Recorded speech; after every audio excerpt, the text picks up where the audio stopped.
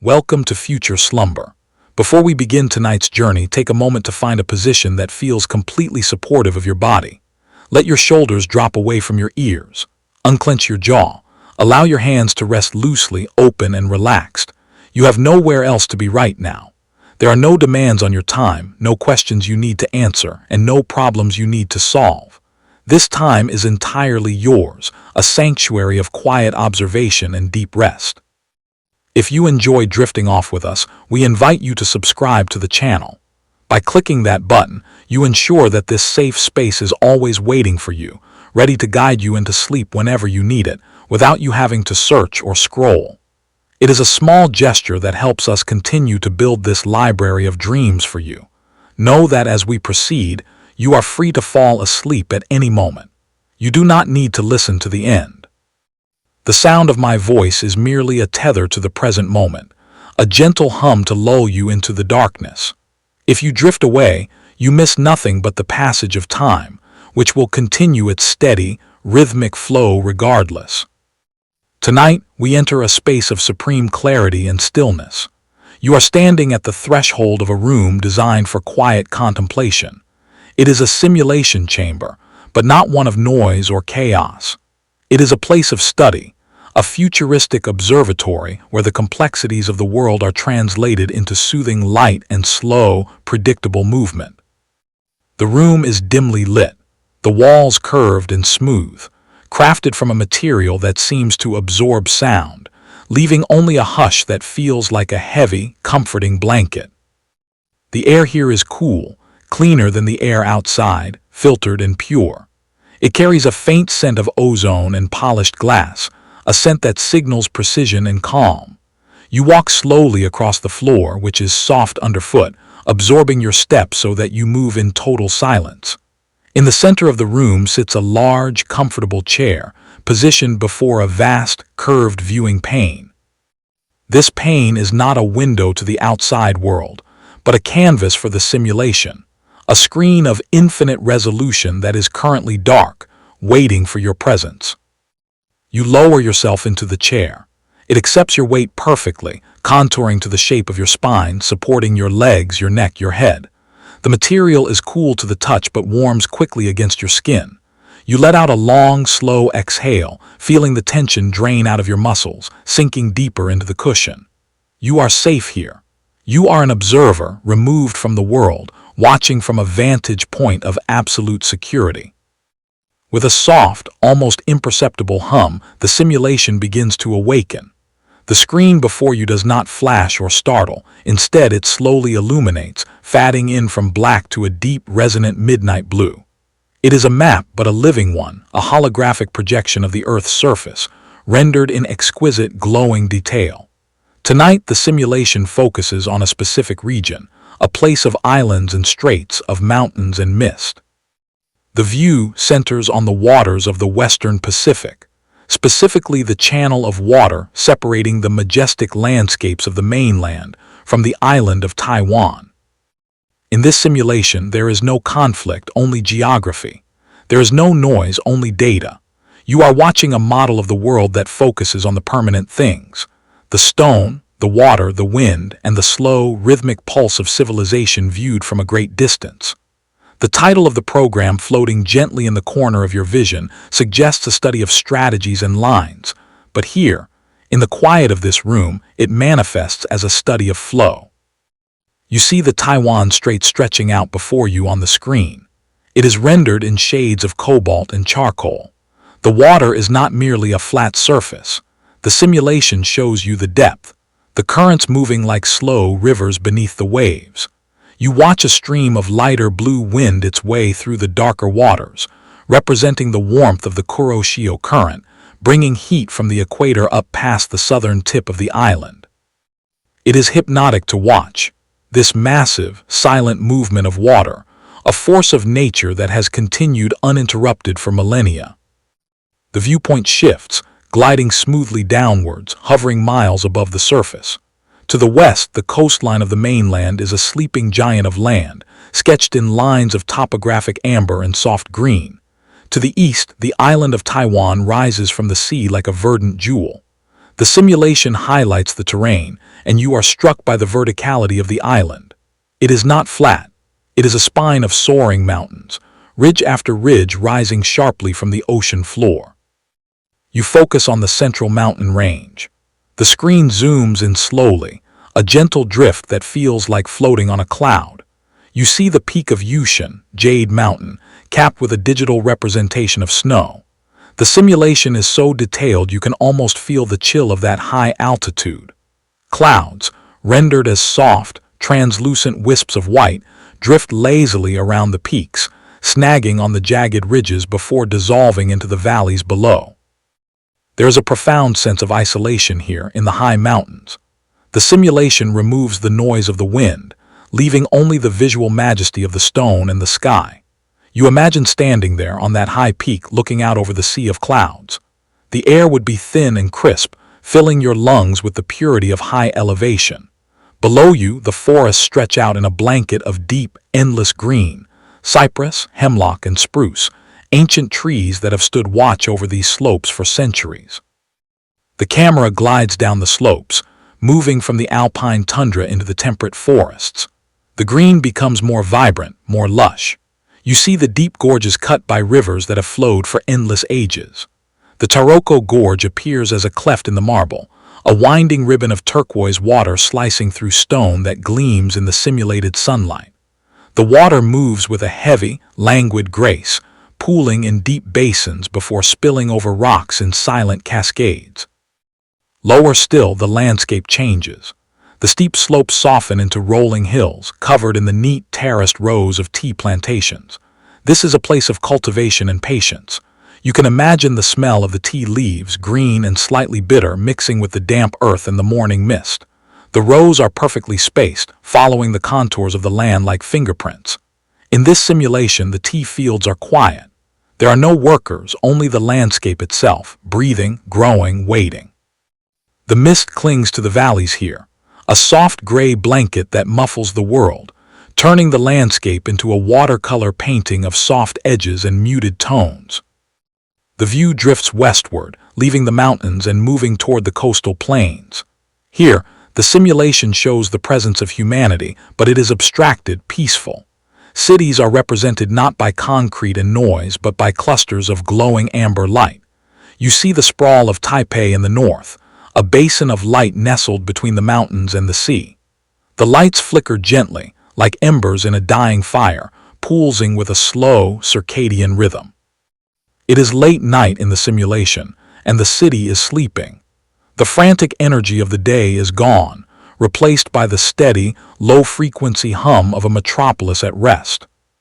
You watch the arteries of the city, the highways and rail lines. Cars are tiny, moving specks of white and red, flowing along the roads like blood cells through a vein.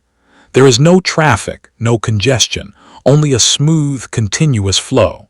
It is satisfying to watch this order, this logic.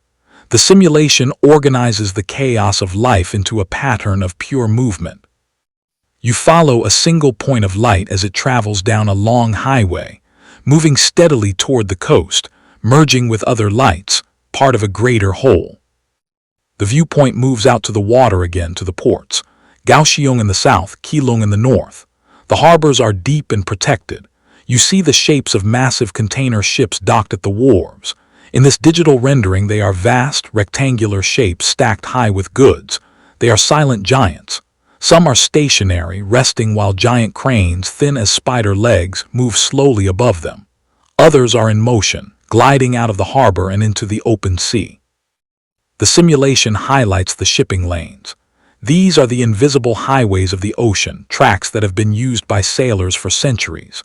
Glowing lines appear on the water, tracing the routes of commerce. You watch as dozens of ships, represented by small, glowing diamonds, move along these lines. They are slow, incredibly slow. The ocean is vast and their journey is long. There is no rush here. The movement is glacial, deliberate. You watch one ship as it tracks north, tracing a line parallel to the coast. It will take days to reach its destination.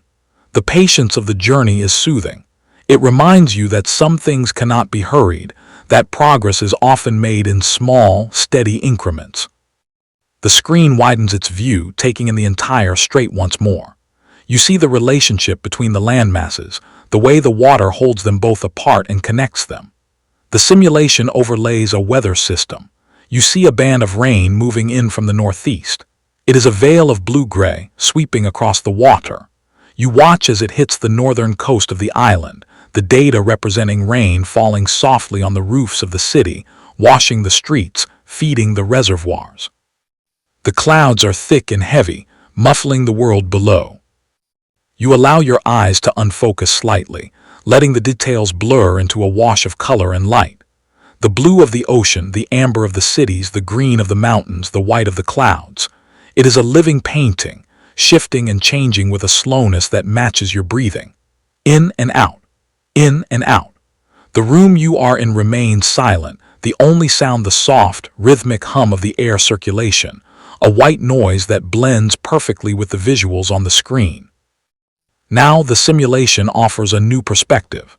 It invites you to look deeper into the history of the landscape, not through dates and battles, but through the architecture of shelter and community. The view glides across the strait to the mainland, to the coastal province of Fujian. It moves inland, away from the sea, into the rugged, hilly terrain. Here, nestled in the valleys, you see the Chalu, the earthen buildings. These are the walled structures of the Hakka people, circular and square fortresses built from the very earth they stand on. The simulation renders them with a sense of solidity and permanence. You see the thick, rammed earth walls, meters deep, designed to protect and enclose. From above, they look like scattered donuts or massive wheels dropped into the green valleys. The camera descends, hovering just above the open central courtyard of one of these great roundhouses. You can see the wooden balconies rising tier upon tier, circling the inner space. It is a communal world turned inward. In the center is the ancestral hall, the heart of the structure. The design is one of total enclosure, a world within a world. The walls face outward to the unknown, thick and impenetrable, but inside there is light, air, and community. You imagine the life within these walls centuries ago. The safety of the circle, the sound of rain drumming on the tiled roof, sloping inward to catch the water, the smell of wood smoke rising from the kitchens on the ground floor, the feeling of being held, protected by the earth itself. The simulation focuses on the texture of the walls, the mixture of clay, sand, and lime, reinforced with bamboo and wood. They are rough, organic, warm in the winter, and cool in the summer. They speak of a time when safety was built by hand, layer by layer, pounding the earth until it became stone. There is a deep peace in this architectural form. It is a defensive structure, yes, but tonight, in this quiet room, it reads as a symbol of comfort.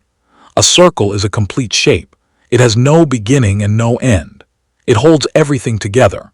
You watch the shadows lengthen across the courtyard as the simulation cycles through a time lapse of a day.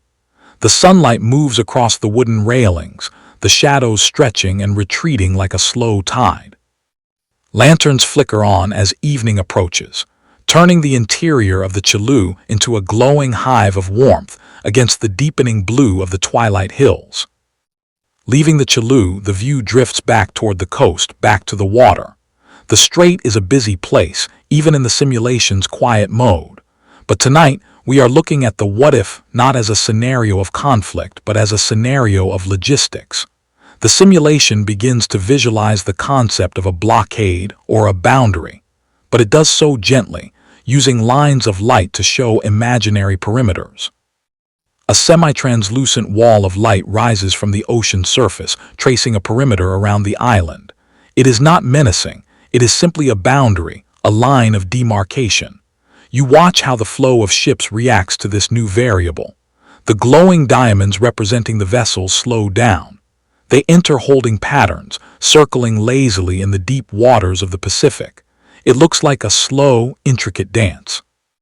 The data streams cascade down the side of the screen, showing the shifting schedules, the rerouting of cargo. It is a study in interconnectivity. You see how a pause in one place creates a ripple in another. A ship stops in the strait and a corresponding light flickers in a port halfway across the world. The simulation visualizes these connections as thin, golden threads spanning the globe. The web of trade is delicate, beautiful, and vast. You watch the threads vibrate gently, adjusting to the new constraints. There is no chaos, only adjustment. The system breathes. It contracts and expands. The view moves closer to the water's surface, near the imaginary line of the blockade. The waves here are choppy, capped with white foam. The simulation renders the physics of the water with soothing repetition. You watch a single wave form, crest, and break over and over again. The sound of the ocean is introduced into the room now, very faintly. A low, rolling roar, distant and muffled, like hearing the sea through a closed window. Whoosh, hush, whoosh, hush. You are drifting deeper into relaxation. The intellectual part of your brain, the part that analyzes strategies and outcomes, is quieting down. You are simply watching the patterns of the waves, the patterns of the ships, the patterns of the clouds. It is all just movement, matter and energy shifting forms. The simulation takes you now to the Penghu Islands, an archipelago in the strait. These islands are flat and windswept, volcanic rock jutting out of the sea. You see the basalt columns, hexagonal pillars of stone formed by cooling lava eons ago. They stand like sentinels, stark and beautiful. The wind here is constant. You can see the grasses on the islands bending flat against the earth, rippling in waves of green and gold. Old lighthouses stand on the headlands, their beams cutting through the simulated darkness. Sweep, flash, darkness, sweep, flash, darkness. The rhythm is steady, a heartbeat of light. You focus on that beam. It catches the spray of the sea, illuminating the water droplets like diamond dust for a fraction of a second before plunging them back into obscurity. It is a lonely, peaceful vigil. The narrative of the simulation shifts to the underwater cables. Deep beneath the surface, resting on the silt of the ocean floor, lie the fiber-optic cables that connect the world. The simulation reveals them as glowing veins of neon blue. They crisscross the strait, burying themselves in the sand, draping over underwater ridges. These are the carriers of voices, of thoughts, of dreams. You visualize the pulses of light traveling through these glass threads at the speed of light. Even if the surface were to be disturbed down here in the crushing dark of the deep, the silence is absolute. The cables hum with their own internal light, indifferent to the storms above. You follow a cable as it rises from the depths, climbing the continental shelf, coming ashore on a quiet beach. You see the transition from the alien world of the deep sea to the familiar world of sand and dunes. The beach is empty. It is night. The sand is cool and silver under the light of a digital moon. The gentle lapping of the tide is the only movement. You imagine walking on that beach. Your feet sink slightly into the wet sand. The air smells of salt and iodine. You look out at the dark water, knowing that beneath the surface the currents are moving, the cables are humming, the fish are sleeping. You return your gaze to the center of the island, to the sun-moon lake. The simulation paints it as a mirror of obsidian. The lake is still, surrounded by misty peaks. A small temple sits on the edge, its red pillars muted in the darkness. Lanterns reflect on the water's surface, doubling the light. There is a wooden pier stretching out into the lake. You imagine sitting at the end of that pier, legs dangling over the edge, toes just inches from the water. The silence here is different from the silence of the high mountains. It is a damp, heavy silence. The sound of a cricket, the splash of a carp breaking the surface, the rustle of bamboo. These small sounds only emphasize the quiet. The simulation pauses here for a moment, letting you soak in the tranquility of the lake. It is a reservoir of peace, held in the cupped hands of the mountains. As you continue to watch, the simulation begins to overlay historical maps onto the present landscape. You see faint, ghostly lines of old navigational charts appearing over the satellite imagery. Maps from the 17th century, the 18th century, drawn by Dutch sailors, by Chinese admirals, by Portuguese explorers who named the island Ilha Formosa, the beautiful isle. You see the old names of ports, the estimated depths written in flowing calligraphy and archaic script. It reminds you that this water has been watched for a long time. Many eyes have looked upon this strait. Many ships have passed this way. The current moment is just one layer in a deep sediment of time. The anxiety of the now fades when placed against the backdrop of centuries. The land remains. The water remains. The names change, the borders shift, but the shape of the mountain and the curve of the coast endure. The simulation zooms out again, encompassing the entire region of East Asia. The curve of the Earth is visible now, a glowing arc against the blackness of space. You see the lights of Japan to the northeast, the Philippines to the south, the vast expanse of the mainland to the west. It is a tapestry of light. You realize how close everything is. From this height, the water does not look like a barrier. It looks like a connective tissue, a fluid that touches every shore. The simulation aspect fades further into the background. You are no longer analyzing a war game or a scenario. You are simply Earth-gazing. You are an astronaut in a silent station looking down at the sleeping world. The clouds swirl in great spiral galaxies of white. The typhoons are majestic wheels of energy, spinning slowly in the open ocean, far from land. You watch the eye of a storm, a perfect circle of calm amidst the rotation. The narrator's voice, my voice, becomes softer now, blending with the low hum of the room. We are going to drift lower again, back toward the details, back toward the textures. Let's go to the city of Tainan, the old capital. The simulation reconstructs the narrow streets of the historic district. The red brick walls, the banyan trees with their aerial roots cascading down like curtains of hair, swallowing old stone arches. It is warm here. The air is thick and humid. You walk through the simulation of a night market that has just closed. The stalls are shuttered. The crowds are gone. The streetlights cast long, lonely shadows. You see a stray dog trotting happily down the center of the empty road. It pauses to sniff at a wrapper, then continues on its way. The quiet after the bustle is profound. You can almost hear the echo of the day's laughter and commerce fading into the brickwork. You pass a temple, its doors closed for the night. The scent of incense still hangs heavy in the air, a sweet, sandalwood aroma that relaxes the mind. The simulation moves you to the high-speed rail line that runs down the west coast. You are inside the train now, in a window seat. The cabin is empty, the lights dimmed. You are traveling at 300 kilometers per hour, but inside it feels like you are floating. The landscape blurs past outside the window, streaks of light, dark patches of rice paddies, the flash of a passing station.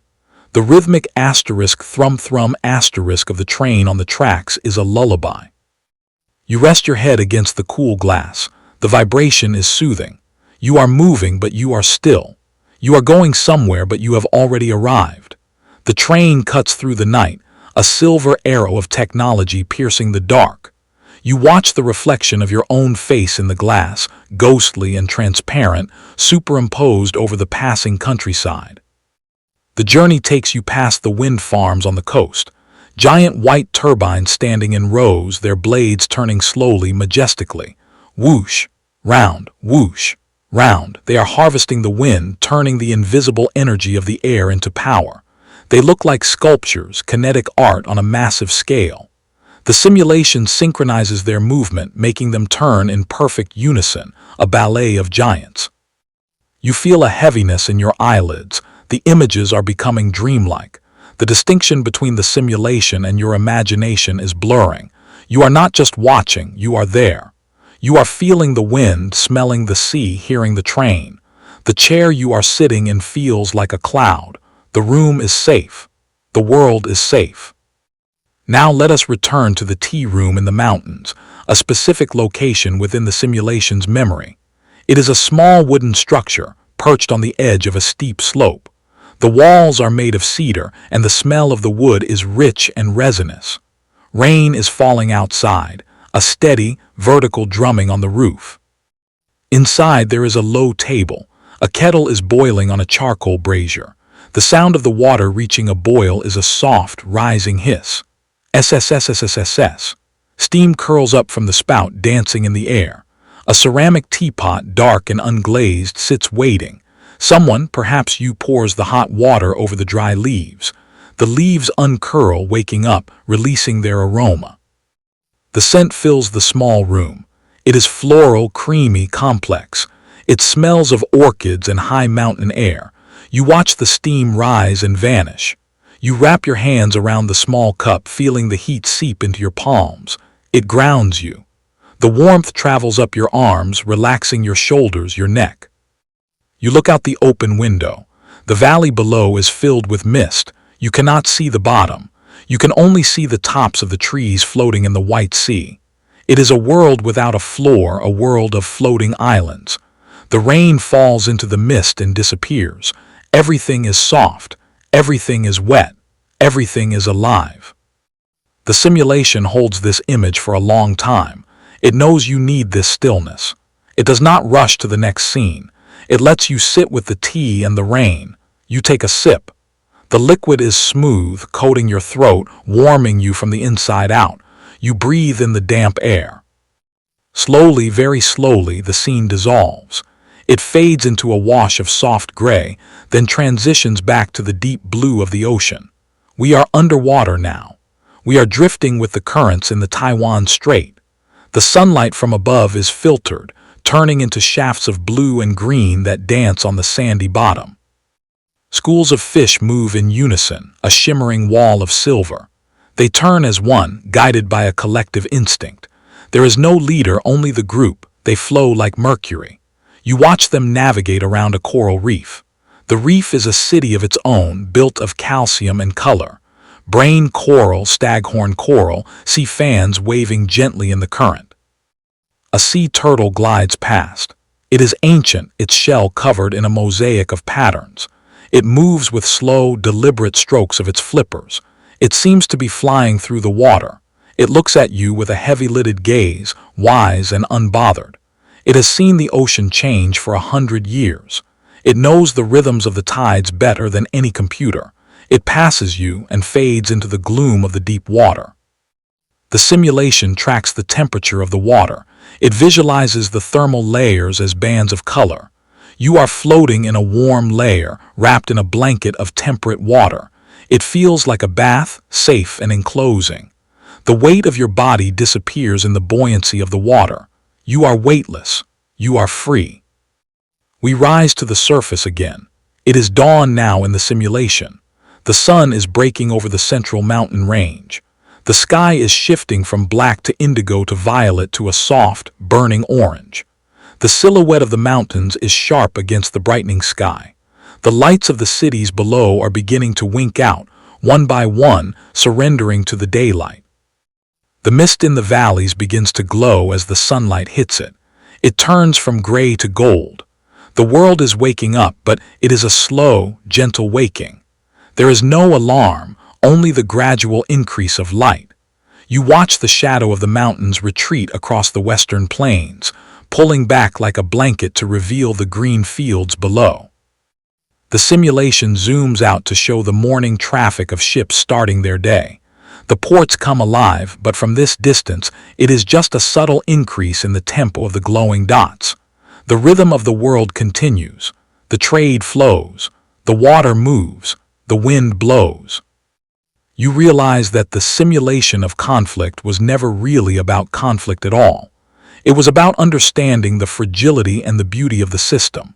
It was about seeing how the land and the sea hold us, how they shape our lives. The walls are not just barriers. They are containers for culture, for safety, for history. The narration brings you back to the room you are sitting in. The screen is still glowing with the image of the sunrise, casting a warm, golden light onto your face. You feel the chair beneath you. You hear the hum of the air. You are completely relaxed. Your breathing is slow and deep. You are ready to go deeper into rest. The simulation will continue to run, silently, watching over the world, processing the data of wind and wave. You do not need to watch it anymore. It will be there when you wake up. Let's drift back to the coastline of Fujian, to the city of Xiamen. We float through the streets of Gyeongju, the pedestrian-only island. There are no cars here, only the sound of walking and the sound of pianos. It is known as the Piano Island. In the simulation, you can hear faint, ghostly melodies drifting from the windows of the old colonial mansions. A scale played slowly, a fragment of a nocturne. The buildings are old, covered in ivy and climbing flowers. The streets are winding and narrow. You walk past a brick wall covered in moss. You run your hand along the rough texture. It is cool and damp. You smell the sea air mixing with the scent of jasmine. You find a bench overlooking the water. You sit down. Across the narrow stretch of sea, you can see the islands of Kinmen. They are close, very close. In the morning light, they look like green stones resting on a silver platter. The water between here and there is calm, glassy. A small fishing boat is motoring slowly across the gap, leaving a V-shaped wake that expands until it disappears. The sense of tension that history places on this strait is absent here. There is only the shared geography, the shared weather, the shared ocean. The birds flying overhead do not know about borders. The fish swimming below do not know about exclusion zones. The wind blows from the mainland to the islands and back again, carrying pollen and dust and rain. You watch the fishing boat. The fisherman is casting a net. You see the net fly out, a circular web against the sky before splashing into the water. He waits. He pulls it in. It is a timeless rhythm. Cast and pull, wait and receive. It has happened here for thousands of years. It will happen for thousands more. The simulation lifts you up again, gently, carrying you north along the coast. You pass over the mouth of the Min River. You see the sediment fanning out into the ocean, a plume of beige swirling into the blue. It looks like milk being poured into ink. The patterns are fractal, infinitely complex. You follow the river upstream. It winds through the mountains, a serpentine path of water. You see the small villages clustered on the banks, the rice paddies stepping up the hillsides, the bamboo forest swaying. It is a landscape of incredible depth. Every valley has a name. Every hill has a story. You enter a bamboo forest. The light here is green and filtered. The stalks of bamboo are tall and straight, reaching for the sky. They creak in the wind, creak, clack. It is a wooden sound, hollow and resonant. The leaves rustle like whispering silk. You walk along a path covered in fallen leaves. It is soft and springy. The air in the bamboo forest is still. The density of the stalks blocks the wind, creating a pocket of calm. You look up and see the sky through the lattice of leaves. It is a mosaic of blue and white and green. You feel perfectly enclosed, perfectly safe. The simulation is slowing down its visual transitions. The images are holding for longer. The movement is becoming more minimal. We are settling. We return to the high mountains of Taiwan, to the Alishan Range. We are riding the forest railway, a narrow-gauge train that climbs through the mist. The engine chugs slowly. Chuff, chuff, chuff asterisk. The wheels squeal softly on the curves. The trees are massive here, red cypress, thousands of years old. Their trunks are like pillars of a cathedral. The mist is thick here. It swirls through the trees, obscuring the view, then revealing it in glimpses. A sudden drop-off, a view of a distant peak, a waterfall crashing down a cliff. Then the mist closes in again, wrapping the train in white. You are safe inside the carriage. The wooden seats are polished smooth by years of use. The window is open, letting in the cool, damp air. You smell the cedar and the ozone. The train climbs higher and higher, leaving the world below.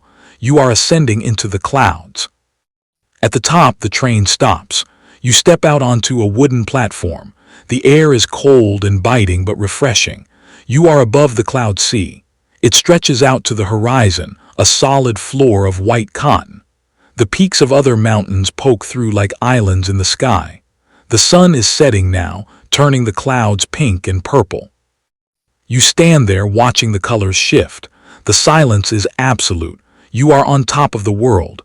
You feel small, but in a good way. You are a part of this vastness. You are a witness to the turning of the planet. The simulation begins to dim the light in the room. The screen fades to a darker, deeper palette.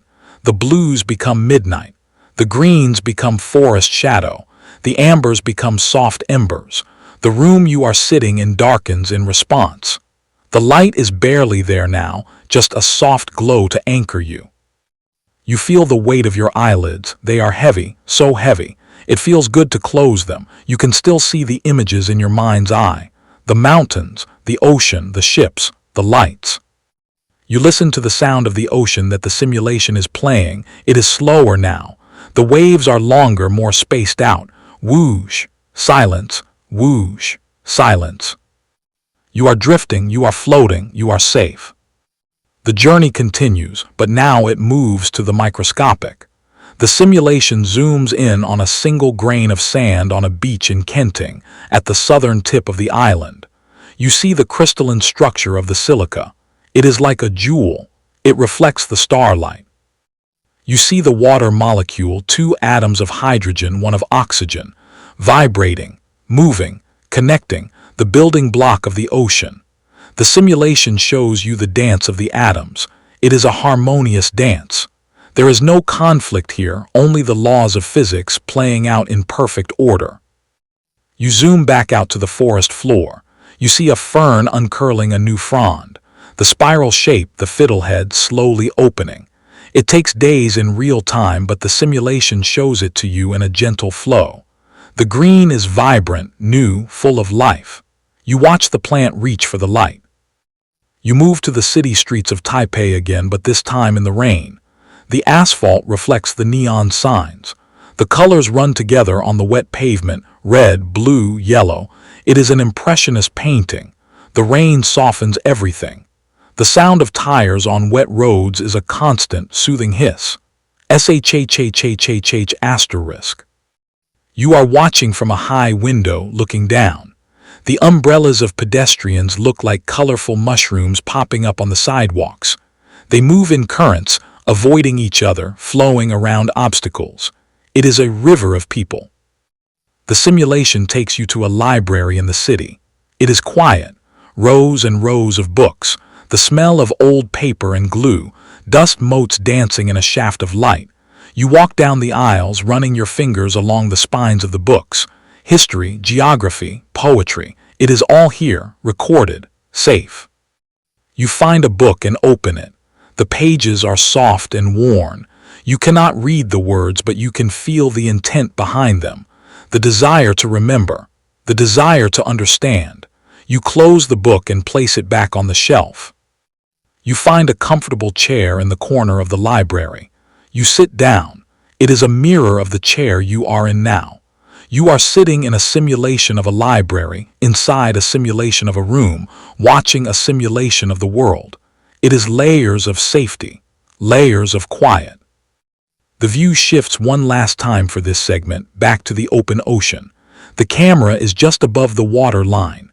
The horizon is a straight line dividing the dark sea from the star-filled sky. The stars are reflected in the water, so it looks like you are floating in space. Stars above, stars below. You are suspended in the infinite.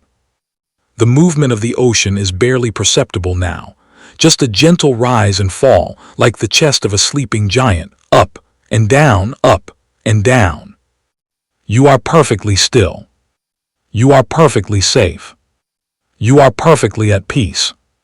The simulation continues its silent vigil, tracking the slow, majestic rotation of the Earth, the drift of the continents, the flow of the tides. It requires nothing from you. You are free to let go. You remain in the chair, the material cool and supportive against your back. The room is a sanctuary of low light and filtered air. The hum of the simulation is a constant, low-frequency presence, like the purr of a sleeping cat or the distant vibration of a ship's engine. It is a sound that signifies safety, continuity, and the steady processing of the world's immense complexity into something understandable, something calm. The view on the screen begins to shift again, moving away from the open ocean and drifting northwards, towards the Matsu archipelago. These are islands scattered like stepping stones in the sea, close to the mainland but distinct in their geology and their rhythm. The simulation lowers the viewpoint until you are hovering just above the waves in a small, secluded cove.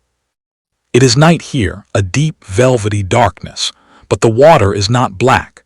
As the waves roll in and break against the granite rocks, they glow with an ethereal, electric blue light. This is the phenomenon known as the blue tears, the bioluminescent algae that bloom in these waters. The simulation renders this with breathtaking beauty. Every time the water is disturbed, it sparks into light. You watch the shoreline.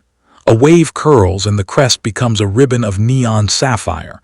It crashes and the foam is a chaotic, glowing galaxy of blue stars. The light swirls and fades only to be reignited by the next wave.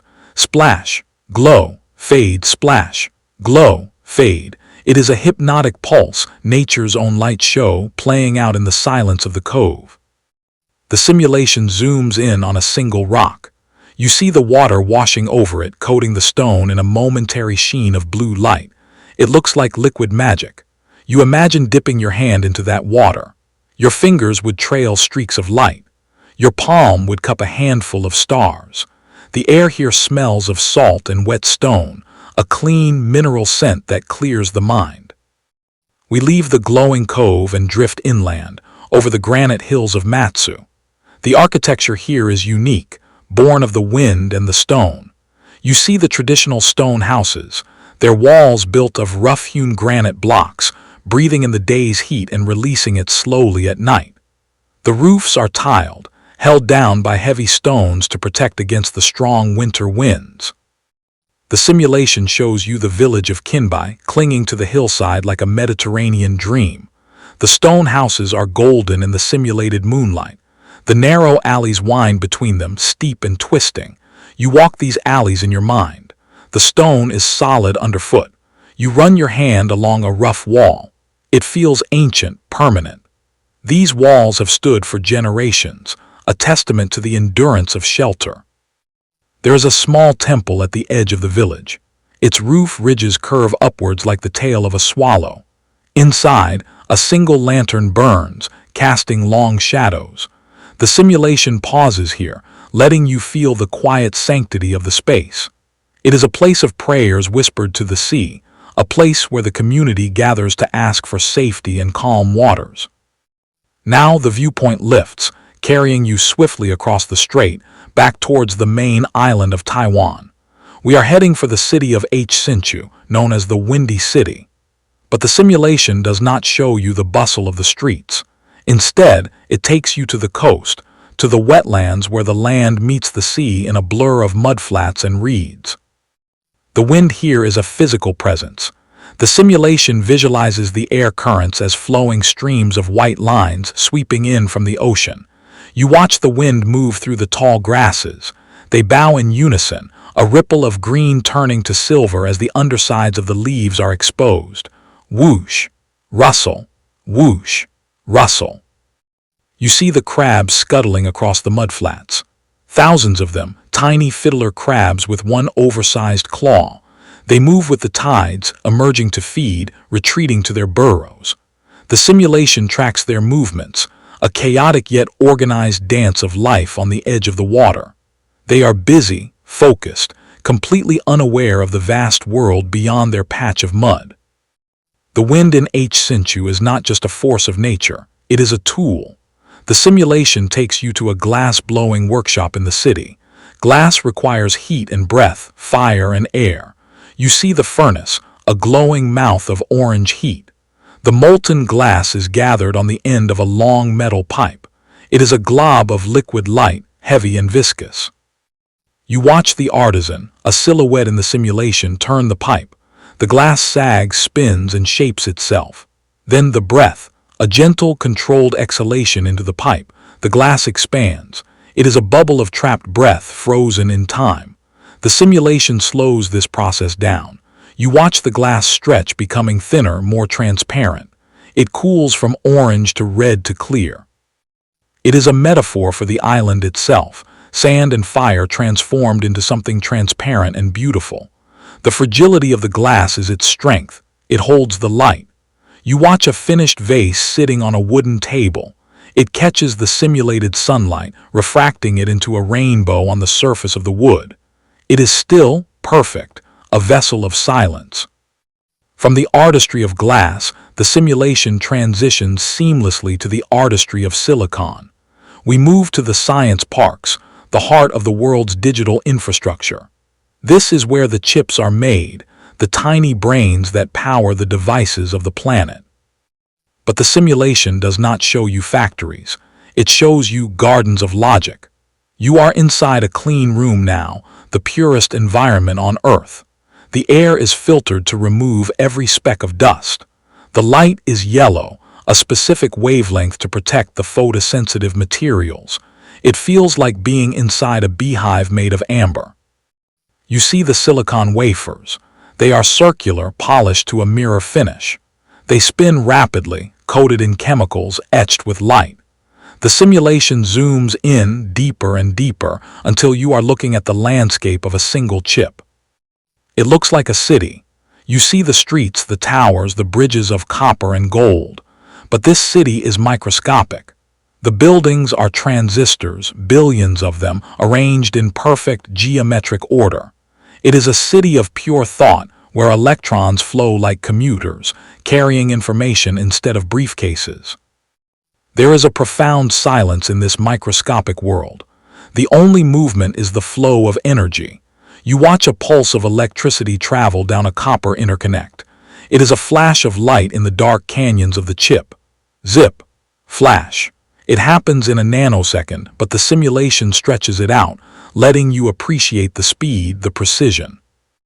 This is the silicon shield, not a weapon, but a web of connection. These tiny chips, born from sand and light, connect the entire human race. You feel a sense of awe at the complexity.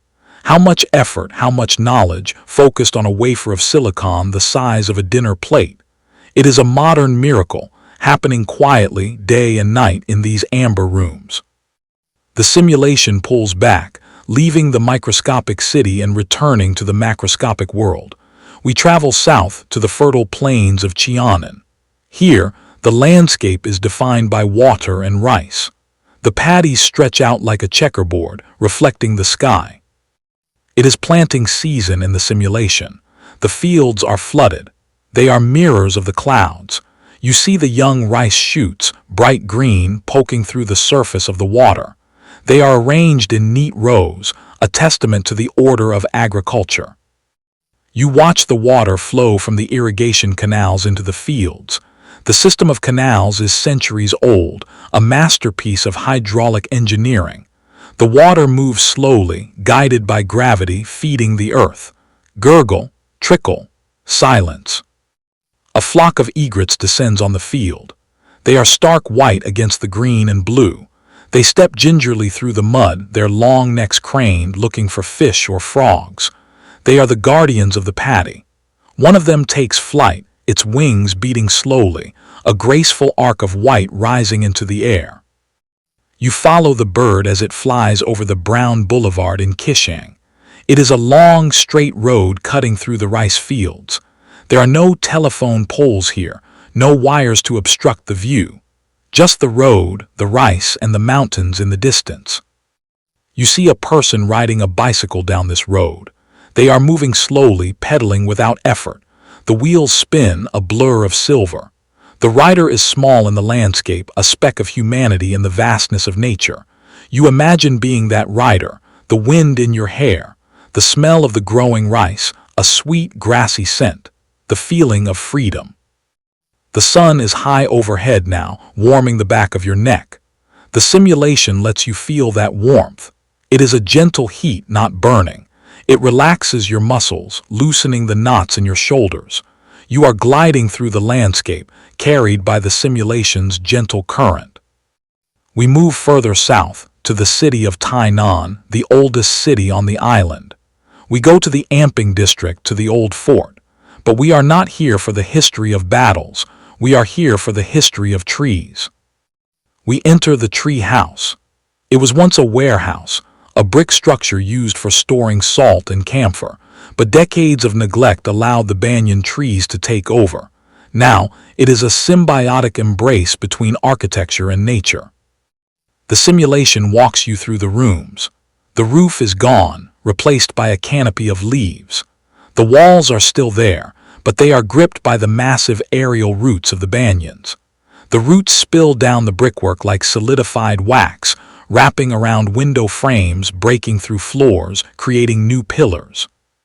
It is a hauntingly beautiful space.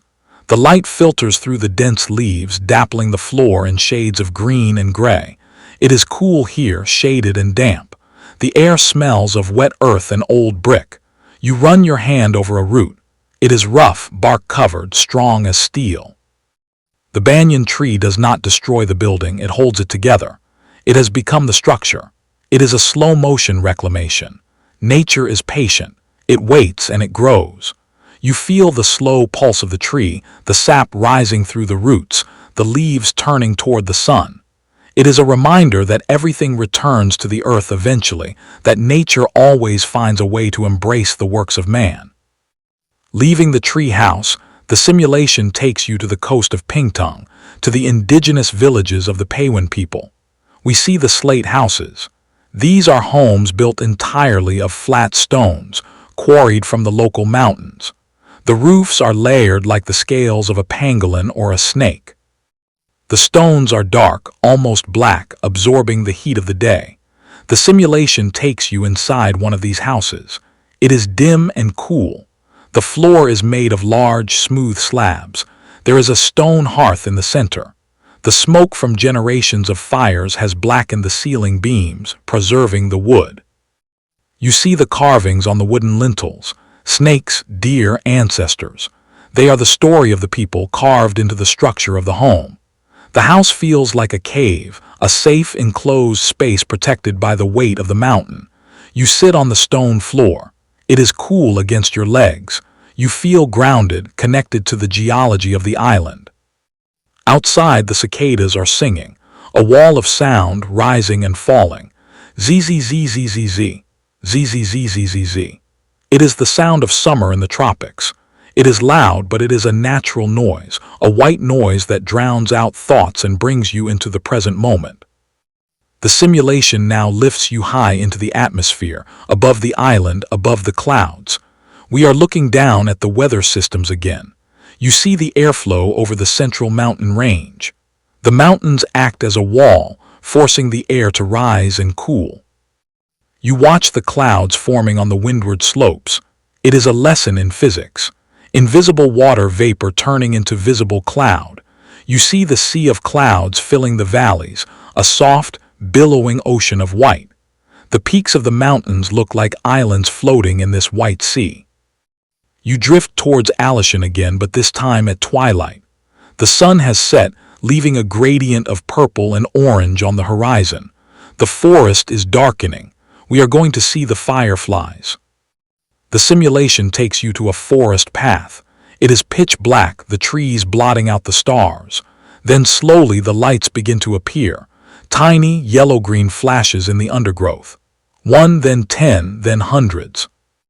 They are floating, blinking, signaling to each other. It looks like the stars have fallen from the sky and are drifting through the trees. You walk through this galaxy of insects. They are silent, weightless. A firefly lands on your hand. You see its cold light pulsing. On, off, on, off. It is a tiny heartbeat of light. The air here is crisp and cold. You pull your imaginary coat tighter around you. The silence of the forest is deep, broken only by the occasional hoot of an owl. Hoo, hoo. The sound echoes through the trees, lonely and wild. We leave the mountains and head to the northern tip of the island, to the strange geological formations of Yaleu. Here, the sandstone has been eroded by wind and sea into fantastic shapes. You see the Queen's Head, a rock that looks like the profile of a royal figure. You see the fairy shoe, the candle rocks. The simulation shows you the process of erosion. It speeds up time. You see the grains of sand being blown against the rock, wearing it down, millimeter by millimeter. It is a sculpture made by the elements. The wind is the chisel, the sea is the hammer. The waves crash against the shore here with more force. Boom, hiss. The spray flies up, coating the rocks in salt. You taste the salt on your lips. The ocean here is wilder, darker. It is the Pacific Ocean, stretching out for thousands of miles, untamed and deep. But you are watching from a place of safety. You are the observer on the cliff. You watch the power of the ocean, but you are not in it. You are respectful of its strength. Now, the simulation turns its attention to the logistics of sustenance. It takes you to a wholesale fruit market in the early hours of the morning, long before dawn. This is where the island's bounty is gathered. You see crates of mangoes, their skins blushing red and yellow, baskets of wax apples, shiny and pink, piles of pineapples, rough and golden. The smell is overwhelming, sweet, tropical, ripe. It smells of sugar and sun. The market is quiet in the simulation, a still life of abundance. You see the trucks lined up, ready to deliver this sweetness to the cities. It is a network of nutrition, a system that ensures everyone is fed. You pick up a mango in the simulation. It is heavy, dense with juice. You imagine slicing it open, the bright orange flesh, the sweet, floral taste. It is the taste of summer. We move from the fruit market to the flower market in Taipei. Under the overpass, acres of flowers are arranged in buckets. Orchids of every color, purple, white, yellow, spotted. Lilies, roses, chrysanthemums. It is a garden of concrete. The air smells of wet earth and green stems. You walk down the aisles surrounded by color. The simulation focuses on a single orchid bloom, the complex symmetry of the petals, the delicate lip. It is a masterpiece of evolution, designed to attract, to survive. The camera pans out to show the city waking up around the market. The gray light of dawn is filtering through the concrete pillars. The city is a machine that is slowly powering up. But for now, it is still in the boot-up phase. Quiet, potential. We drift east now to the Taroko Gorge. We have seen the water, but now we focus on the stone. The marble. The walls of the gorge are sheer cliffs of marble, swirled with gray and white and pink. The simulation takes you into the Tunnel of 9 Turns. It is a road carved into the side of the cliff. You are inside the rock. The ceiling is rock, the floor is rock, the wall is rock. Openings are cut into the side, looking down at the river far below. The river is a ribbon of turquoise. The water is rich in minerals, giving it this unreal color. It rushes over boulders the size of cars. Roar, rush, roar, rush. The sound reverberates off the canyon walls. It is a cathedral of sound. You run your hand along the wall of the tunnel. The marble is cold and smooth. You can feel the veins in the stone, the history of the earth compressed into this solid form. You feel small here in the presence of such massive geology. The gorge is a wound in the earth, but a beautiful one, healed by water and time. The simulation lifts you out of the gorge, up the vertical cliffs to the cloud layer again. We drift over the central Cross-Island Highway. It is a road that defies gravity, clinging to the mountains. We see it empty, a ribbon of asphalt winding through the mist. We arrive at the Hehuanshan Dark Sky Park. This is one of the best places in East Asia to see the stars. The altitude is high, the air is thin and dry. There is no light pollution here. The simulation turns off the sun. The sky goes black. Then the stars appear, not just a few, but millions. The Milky Way is a river of diamond dust arching across the sky. You can see the depth of the galaxy. You can see the dust lanes, the nebulas, the clusters. You are lying on your back in the alpine grass. The ground is cool. The air is freezing, but you are warm in your simulation chair. You look up into the infinite. You pick out the constellations. Orion, the hunter, Scorpio, the summer triangle. The stars are steady. They do not twinkle here. They burn with a constant light. They are the same stars that the Aboriginal ancestors looked at, the same stars that the Dutch sailors navigated by. They are indifferent to the borders below. They watch over everything. A shooting star streaks across the sky, a scratch of light. Zip, you make a wish for peace, a wish for sleep. The simulation holds this view of the stars for a long time. It rotates the sky slowly, showing you the passage of the night. You feel the Earth turning beneath you. You are a passenger on a spaceship called Earth. Slowly, the view descends from the stars, back down to the ocean level. To the port of Keelung in the north. It is raining here as it often is, the rain port.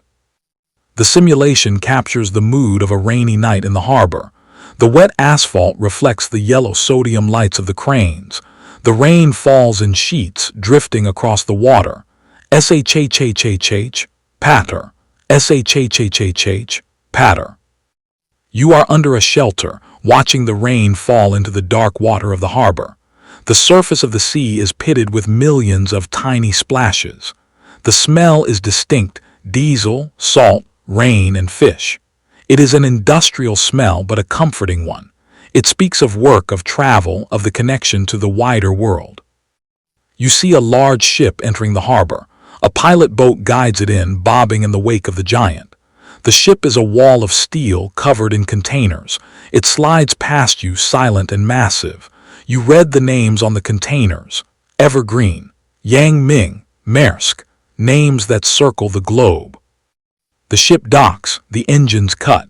The silence returns, filled only by the rain. You feel a sense of arrival. The journey is over. The cargo is safe. The ship has found its harbor. The simulation moves you now to the tangled, history-laden streets of Lugang, the Deer Harbor. It was once a bustling port, now silted up, leaving behind a town frozen in time. You walk down Nine Turns Lane. It is a narrow alleyway, designed with sharp bends to stop the strong sea winds from rushing through. The walls are red brick, warm and crumbling. The lane is so narrow that in some places only one person can pass. It is a maze of brick and shadow. You turn a corner and find a small shrine tucked into a niche in the wall. Incense coils are burning, hanging from the ceiling like springs. The ash falls silently. The smell is sweet and cloying. You hear the sound of a traditional Nangyuan musical ensemble practicing behind a closed wooden door. The plucking of a lute, the slow, mournful scrape of a bowed instrument. The music is slow, spacious, ancient. It belongs to another century. It seeps through the wood, filling the alley with a ghostly melody. You pause to listen. The music slows your heart rate. It is a music of patience, of waiting. It creates a space for contemplation. You lean against the brick wall, closing your eyes, letting the sound wash over you. The simulation transitions gently to the east coast, to the rift valley between the central range and the coastal range. We are floating over the tea plantations of Ruzui, but here, the tea is different. It is the honey black tea. You see the tea bushes, green and glossy. Tiny insects, leafhoppers, bite the leaves, causing the plant to release a specific chemical defense that gives the tea a honey-like aroma. It is a beautiful alchemy of nature. The sun is golden here, casting long rays across the valley. You see a farmer's truck driving slowly down a dirt road, kicking up a small cloud of dust that glows in the backlight. The pace of life here is determined by the sun and the rain. You float over a hot spring resort in the valley. You see the steam rising from the outdoor pools. The water is milky and blue, rich in minerals. You imagine sinking into that hot water, the heat penetrating your bones, the steam misting your face. You look up at the mountains, green and looming, while your body is held in the warm embrace of the earth's water. It is a profound relaxation. Your muscles melt. Your mind goes blank. There is only the sensation of heat and water. The simulation moves us to the very tip of the island, to Uluanbai Lighthouse, the light of East Asia. It is a fortified lighthouse, white and stark against the green grass and blue sea. It has walls with gun ports, a relic of a more dangerous time, now just a historical curiosity. The light beam sweeps out over the Bashi Channel. This is the meeting point of the Pacific Ocean and the South China Sea. The currents here are strong, swirling, and treacherous, but the light is steady. It cuts through the darkness, a warning and a guide. You stand on the grassy slope below the lighthouse. The wind is warm here, tropical. It blows from the south, carrying the scent of the equator. You watch the beam turn, flash, sweep, flash, sweep. It is a rhythmic reassurance. Someone is watching. The light is on. We move underwater again into the coral reefs of Kenting. We drift through a forest of soft coral. It waves in the current like trees in the wind. We see a clownfish nestling in the tentacles of a sea anemone. It is safe there, protected by the stinging cells that it is immune to. The colors here are vibrant, orange, purple, pink, but in the blue light of the deep they are muted, dreamlike. You watch a sea snake swimming towards the surface to breathe. It moves with a sinuous, ribbon-like grace. It takes a gulp of air and dives back down, disappearing into the reef. The ocean is a world of layers, the surface, the reef, the deep. The simulation takes you down past the reef into the twilight zone. The light fades. The water gets colder. Here, the creatures are strange and slow. You see a jellyfish pulsating in the dark. It is bioluminescent, flashing with rainbow colors. It is a fragile gelatinous bell drifting in the void. It has no brain, no heart, only the impulse to eat and drift. It is a creature of pure instinct. You watch it pulse. Open, close, open, close. It is soothing to watch something so simple, so unburdened by thought. The simulation brings you back up, breaking the surface of the water, and you are now flying low over the Penghu Islands again. But this time, we look at the Twin Hearts stone weir. It is an ancient fishing trap made of stone, built in the shape of two connected hearts. It is visible clearly from above, sitting in the shallow turquoise water. It was built centuries ago by fishermen who understood the tides. When the tide comes in, fish swim into the hearts. When the tide goes out, they are trapped. It is a structure of sustenance, but it is also a thing of beauty, a symbol of love carved into the ocean floor. You watch the water drain out of the weir as the tide lowers. The stones emerge, wet and glistening. It is a clock made of water and rock. The narrator's voice is a whisper now. The journey is winding through the neural pathways of the island, soothing every connection. We end this section back in the simulation room. The screen shows a live feed, simulated, of the moon rising over the Pacific. It is a full moon, huge and white. It paints a road of silver light on the black ocean. You are sitting in your chair. You are safe. You are warm. The world is vast and beautiful and holding together. The systems are working. The water is flowing. The earth is turning. You are ready for the next level of depth. The simulation holds the image of the moonlit ocean for a long moment, allowing the silver light to wash over your mind. The rhythm of the waves is a metronome, slowing your heart rate, syncing your breath with the tides. In, out, rise, fall. The water is a heavy, comforting blanket covering the world in secrecy and silence. From this vastness, the viewpoint glides silently inland, moving towards the northern hills of Taipei, into the quiet, climate-controlled sanctuary of the National Palace Museum. We are not here to study history in the academic sense, but to observe the stillness of objects that have survived the passage of time. The simulation takes you inside the darkened galleries. The security lights cast long, soft shadows. You are alone here, walking through the halls of memory. You approach a glass case, lit from within by a gentle, fiber-optic glow. Inside sits the jade cabbage. You lean in close. The simulation renders the stone with absolute fidelity. You can see the translucence of the jade, the way the light travels through the white stalk and into the emerald leaves. It looks wet as if it were fresh from the garden, yet it is hard, cold stone. A katydid and a locust are hiding in the leaves, frozen in eternal silence. You focus on the texture, the smooth, polished surface that feels cool to the imaginary touch. It is a masterpiece of patience, carved by hands that have been dust for centuries, yet the object remains perfect and still. Nearby, in another case, rests the meat-shaped stone. It is a piece of jasper, carved and dyed to look like a piece of braised pork. It is a playful illusion, a trick of the eye. In the quiet of the museum, it speaks of the simple joys of food, of home, of a warm meal shared with family. The simulation highlights the pores in the skin of the stone, the layers of fat and lean meat. It is solid, unmoving, a permanent meal for the eyes. You walk through the hall of ceramics. Thousands of vases, bowls, and plates, blue and white porcelain, delicate as eggshells, celadon with its mysterious misty green glaze. They are arranged in rows, silent soldiers of beauty.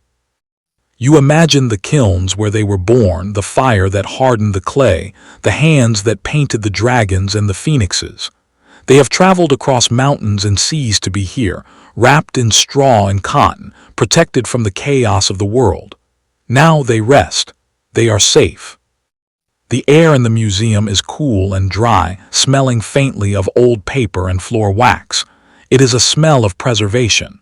The simulation lets you feel the weight of this safety. The walls of the museum are thick, built into the hillside, a fortress for art. You feel a sense of reverence here. It is a temple of human creativity, sleeping in the dark. Leaving the museum, we drift south, following the spine of the mountains to the Sun-Moon Lake again, but this time we go deeper, to the Wenwu Temple that overlooks the water. It is night. The temple is closed. The massive red doors are barred. But the simulation lifts you up to the roof, to the ridges covered in yellow glazed tiles. You sit next to a ceramic dragon looking out over the black lake. The air is damp here, smelling of incense ash and pine needles. The lake reflects the stars, a second sky beneath your feet. You see the stone lions guarding the entrance. They are massive, carved from marble. They sit on their haunches, watching the stairs. They are the silent guardians. They do not sleep. They watch the shadows. They watch the water. You feel protected by their presence. They have seen thousands of sunrises, thousands of storms. They are unmoved. The simulation moves us now to the agricultural heartland in the center of the island, to the township of Ziluo. We are looking at the Great Red Bridge that spans the Zhuoshui River. It is a masterpiece of steel, painted a vibrant, lucky red. At night, the bridge is lit up. It looks like a dragon arching its back over the river. The river below is wide and gray, carrying the sediment of the mountains to the sea. The water is shallow in the dry season, braiding into silver streams across the gravel bed. You are standing on the bridge. You can feel the vibration of the steel beneath your feet as a lone truck passes by. Rum-um. It is a low, heavy sound. The truck is carrying vegetables to the market in the north. Cabbages, scallions, radishes. The logic of logistics never sleeps. The bridge connects the harvest to the table. It is a link in the chain of sustenance. You watch the truck's taillights fade into the distance, two red eyes disappearing into the dark. Then silence returns. Only the sound of the wind whistling through the steel trusses. Woo, woo. It is a lonely sound but peaceful. The bridge stands firm, a monument to connection. We drift further south to the Alishan Range again, but deeper into the forest, to a place where the trees are older than the temples. The sacred tree grove. These are red cypresses, some over 2,000 years old. They were saplings when the Roman Empire was falling. The simulation renders the bark of these giants. It is gray and fibrous, peeling in long strips. The trunks are so wide that 10 people holding hands could not circle them. They are living mountains. You stand at the base of one looking up. The top is lost in the mist and the dark. You put your hand on the bark. It is rough and damp. You feel a slow, vibrating hum. It is the life of the tree, the sap rising, the cells dividing. It happens so slowly that it feels like stillness, but it is life. It is the patience of the forest. The ground is covered in moss, a thick green carpet. It softens your footsteps. It absorbs all sound. The air is rich with phytoncides, the natural chemicals released by the trees. It smells sharp, clean, like lemon and cedar. You breathe it in deep. It clears your lungs. It clears your mind. The simulation shows you a small wooden shrine at the base of a tree. A simple offering of rice wine and a few incense sticks, long burned out. It is a sign of respect. acknowledging the spirit of the place. You feel a sense of humility here. The human timeline is so short compared to the timeline of these trees. They are the true watchers. Now the view shifts to the coastal plains of Chiayi. We are hovering over the fish farms, rectangular ponds stretching for miles. The water in the ponds is still, reflecting the moon. But then you see the paddle wheels turning. They are aerators splashing the water to add oxygen for the fish. Splash, splash, splash, splash. The sound is rhythmic, continuous. White foam flies up in the moonlight. You watch the paddle wheels turn, round and round. It is a cycle. The water is lifted, it falls, it bubbles. The fish below, milkfish, tilapia, shrimp, are swimming in the dark, feeding and growing. You see the small huts of the fish farmers perched on the dikes between the ponds. A light burns in one window. Someone is awake, watching the water, checking the oxygen levels. It is a lonely vigil but essential. The simulation honors this quiet work, the work of feeding the island. We move to the city of Tainan, to the calm of a Confucian temple in the early hours. The Quantai Shu Zhu, the first school in Taiwan. The red walls are muted in the darkness. The curved roofs sweep upwards towards the stars. The courtyard is empty. The old banyan trees stand like sentinels. You walk across the stone pavers. Your shadow stretches long and thin. You enter the main hall. It is simple, austere. No statues of gods here, only spirit tablets inscribed with the names of scholars and the master himself. It is a place of intellect, of study, of ethics. The silence here is heavy with thought. You can almost hear the scratching of brushes on paper, the murmuring of students reciting the classics from centuries ago. The master said. You sit on the steps of the hall. The stone is cool. You look out at the moon through the branches of the trees. It is the same moon that the scholars looked at. The continuity of learning, of culture, of respect. It feels solid. It feels safe. The simulation now takes a turn towards the domestic. We enter a high-rise apartment building in New Taipei City. We float up the side of the building, past hundreds of windows. Most are dark, people sleeping, but some are lit. We drift through the glass of a window on the 15th floor. We are in a living room. It is small, cozy. A cat is sleeping on the sofa, curled into a tight ball. A fish tank hums in the corner, the blue light illuminating the room. On the table, a laptop is open, showing a paused video. A half-eaten bowl of instant noodles sits nearby. Steam curls up from it. The smell is savory, sesame oil and scallions. It is the smell of a late-night snack. You feel the intimacy of this space. It is a bubble of private life, high above the street, insulated from the world. The person who lives here is in the next room, sleeping. You are the invisible guest, watching over their peace. You look out the window. The city is a sea of lights below. The headlights of cars on the elevated highway look like a river of diamonds. You feel a sense of detachment. You are safe in the tower. The world is moving, but you are still. We leave the apartment and go down to the street level. We enter a convenience store. A 7-Eleven on a quiet corner. The door chimes as we enter. Ding-dong. A familiar, welcoming sound. The store is bright, fluorescent, clean. It is a beacon of safety in the night. The shelves are stocked perfectly. Rows of colorful drinks, bento boxes, onigiri wrapped in plastic. You walk to the tea egg cooker. A pot of dark, simmering liquid. The eggs are cracked, the shells marbled like the stone in the museum. The smell is distinct: tea, soy sauce, star anise, cinnamon. It is a warm, comforting smell. You watch the clerk behind the counter. He is restocking the shelves, moving with slow, practiced efficiency. He hums a quiet tune. There is no urgency here, just the slow passage of the night shift.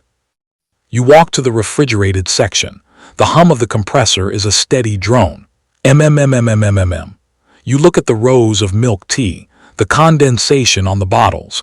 You imagine the cold plastic in your hand, the sweet, creamy taste. This store is a node in the network of safety. It is always open. It is always bright. It is always there. No matter what happens outside, inside, the tea eggs are simmering and the lights are on. The simulation dissolves the store and takes us to the underground. The Taipei Metro, the MRT, it is closed for the night. The stations are empty. We are in a station deep underground. The floors are polished granite, reflecting the ceiling lights like a mirror. It is a cathedral of transit. You see a maintenance crew working on the tracks. They are wearing yellow vests and helmets. They are polishing the rails. A machine moves slowly along the track. Whirr, shhh, whirr, shhh. Sparks fly, orange and bright, vanishing before they hit the ground. They are grinding the steel to ensure a smooth ride for the morning commuters. It is a hidden world of care. You watch the sparks dance. You watch the men work with precision. They are the caretakers of the flow. The station is silent except for the sound of the grinder. The advertisements on the walls are frozen smiles. The turnstiles are locked. It is a space of pure potential, waiting for the energy of the morning. We move deeper, into the rock itself. We travel to the tunnels of the Feitsui Reservoir, massive concrete pipes carrying water from the mountains to the city. The water here is under pressure. It rushes through the dark pipes, rushing, rushing. You can feel the power of it, the lifeblood of the city, clean, filtered, cool. We emerge at the reservoir itself, a vast lake held back by a concrete arch dam. The water is emerald green, deep and still. The dam is a curved wall of gray, holding back millions of tons of water. You stand on the top of the dam. The concrete is cold and solid. You look down the curved face to the riverbed far below. It is a dizzying drop, but the dam is strong. It does not move. It holds. The simulation highlights the sensors embedded in the dam, measuring stress, temperature, movement. Everything is within normal parameters. Green lights blinking on a control panel somewhere in a quiet room. Safety is a number. Safety is a green light. We fly east again, over the central mountain range, to the Rift Valley. We are going to the hot air balloon festival in Louis Highlands. It is early morning in the simulation now. The sun is just peeking over the coastal range. The balloons are being inflated, giant fabrics of nylon lying on the grass. Fans are blowing air into them. Whoosh, whoosh. They ripple and rise, taking shape. Colorful spheres, stripes, dots, animal shapes. Then the burners are lit. FWOSH. A jet of blue and orange flame shoots into the envelope. The heat rises. The balloon stands up, tugging at its ropes. It wants to fly. You step into the basket. It is woven wicker, creaking slightly. The pilot hits the burner again. FWOSH. The ground falls away. You are rising, gently, smoothly. You float over the tea plantations, over the pineapple fields. The world becomes a patchwork quilt below you. The silence is profound. There is no engine noise, only the occasional roar of the burner. Between the blasts of fire, it is completely quiet. You are drifting with the wind. You see a herd of water buffalo in a muddy field below. They look up as you pass, their horns wide and curved. They chew their cud, unimpressed by your flight. You are just another cloud to them. You drift towards the coast. You can see the Pacific Ocean stretching out to infinity. The sun is reflecting off the water, a blinding path of gold. You feel weightless, detached from the earth, yet seeing it more clearly than ever. The simulation brings you down gently, landing in a grassy field. The basket bumps the ground. Bump, drag, stop, you step out. The grass is wet with dew. Your shoes get damp, it feels real. We leave the balloons and go to the port city of Keelung again, but this time to the Maiaku night market, but in the hours of cleanup. The crowds are gone. The yellow lanterns are still lit, swaying in the sea breeze. The vendors are scrubbing their stalls. Stainless steel is being polished until it shines. Water is being sprayed on the pavement, washing away the night's debris. Swish, splash, swish, splash. It is a ritual of renewal, preparing for the next day. You watch an old woman wiping down her counter. She moves with a slow, circular motion. Wax on, wax off. She is tired but content. The work is done. You smell the lingering scent of crab soup and tempura, mixing with the soap and the sea air. It is a complex human smell. The market is sleeping, but it will wake up again. It always does. The simulation takes us now to the outlying islands of Kinmen. These islands sit very close to the mainland coast. We visit a village of old brick houses with swallowtail roofs. We see the wind lion gods, statues of lions made of clay or stone standing on the roofs or at the village entrances. They are painted in bright colors, red, yellow, blue. They have wide mouths, often holding a ball or a brush. They are there to catch the wind, to tame the gales that blow across the strait, to protect the village from evil spirits and bad weather. You stand before a wind lion god. It is taller than you, made of weathered stone. Its eyes are wide and fierce, but its purpose is protective. It is a guardian. You put your hand in its open stone mouth. You feel the wind rushing past, but the lion stands firm. It eats the wind. You walk through the fields of sorghum. The tall stalks rustle dryly. Rustle, hiss, rustle, hiss. This is the grain used to make the famous Kaoliang liquor. The smell of the fermentation hangs in the air near the distillery, a sharp, yeasty, potent smell. We go underground in Kinmen, into the tunnels. These were once military tunnels dug into the granite to hide boats. Now they are quiet.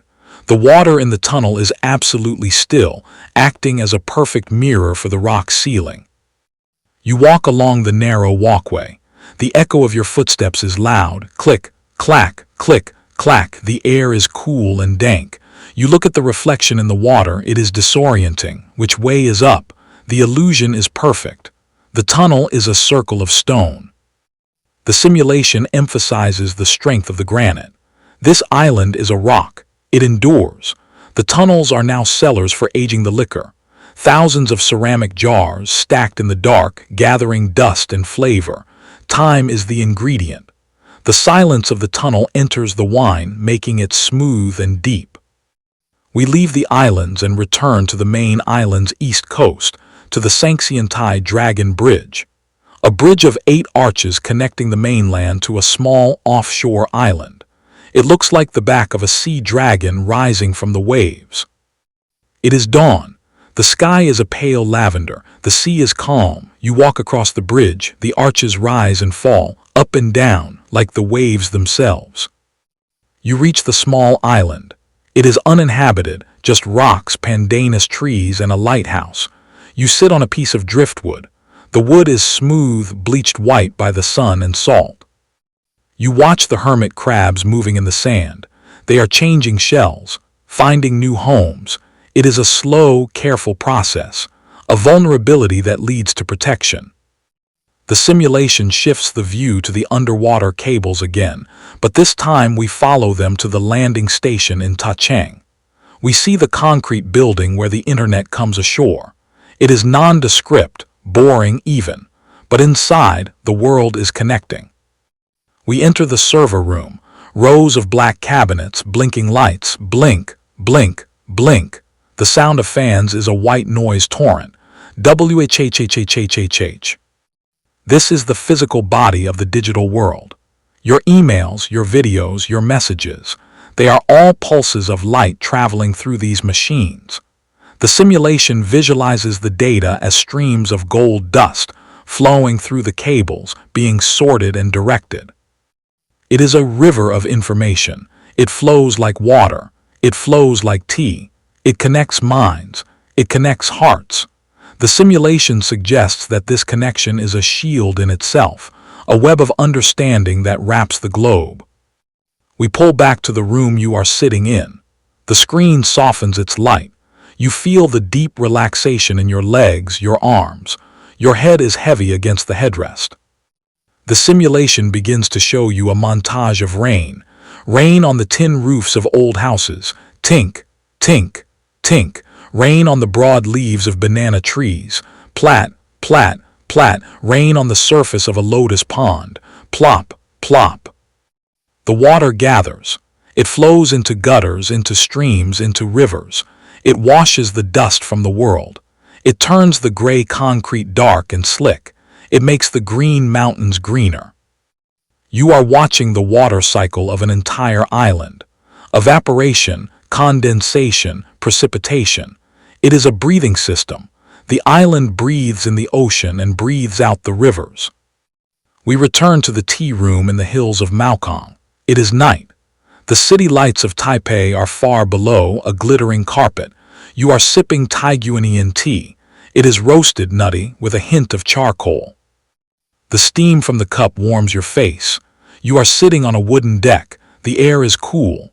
A cat jumps onto your lap. It is warm and heavy. It purrs, purr. You stroke its fur. It is soft.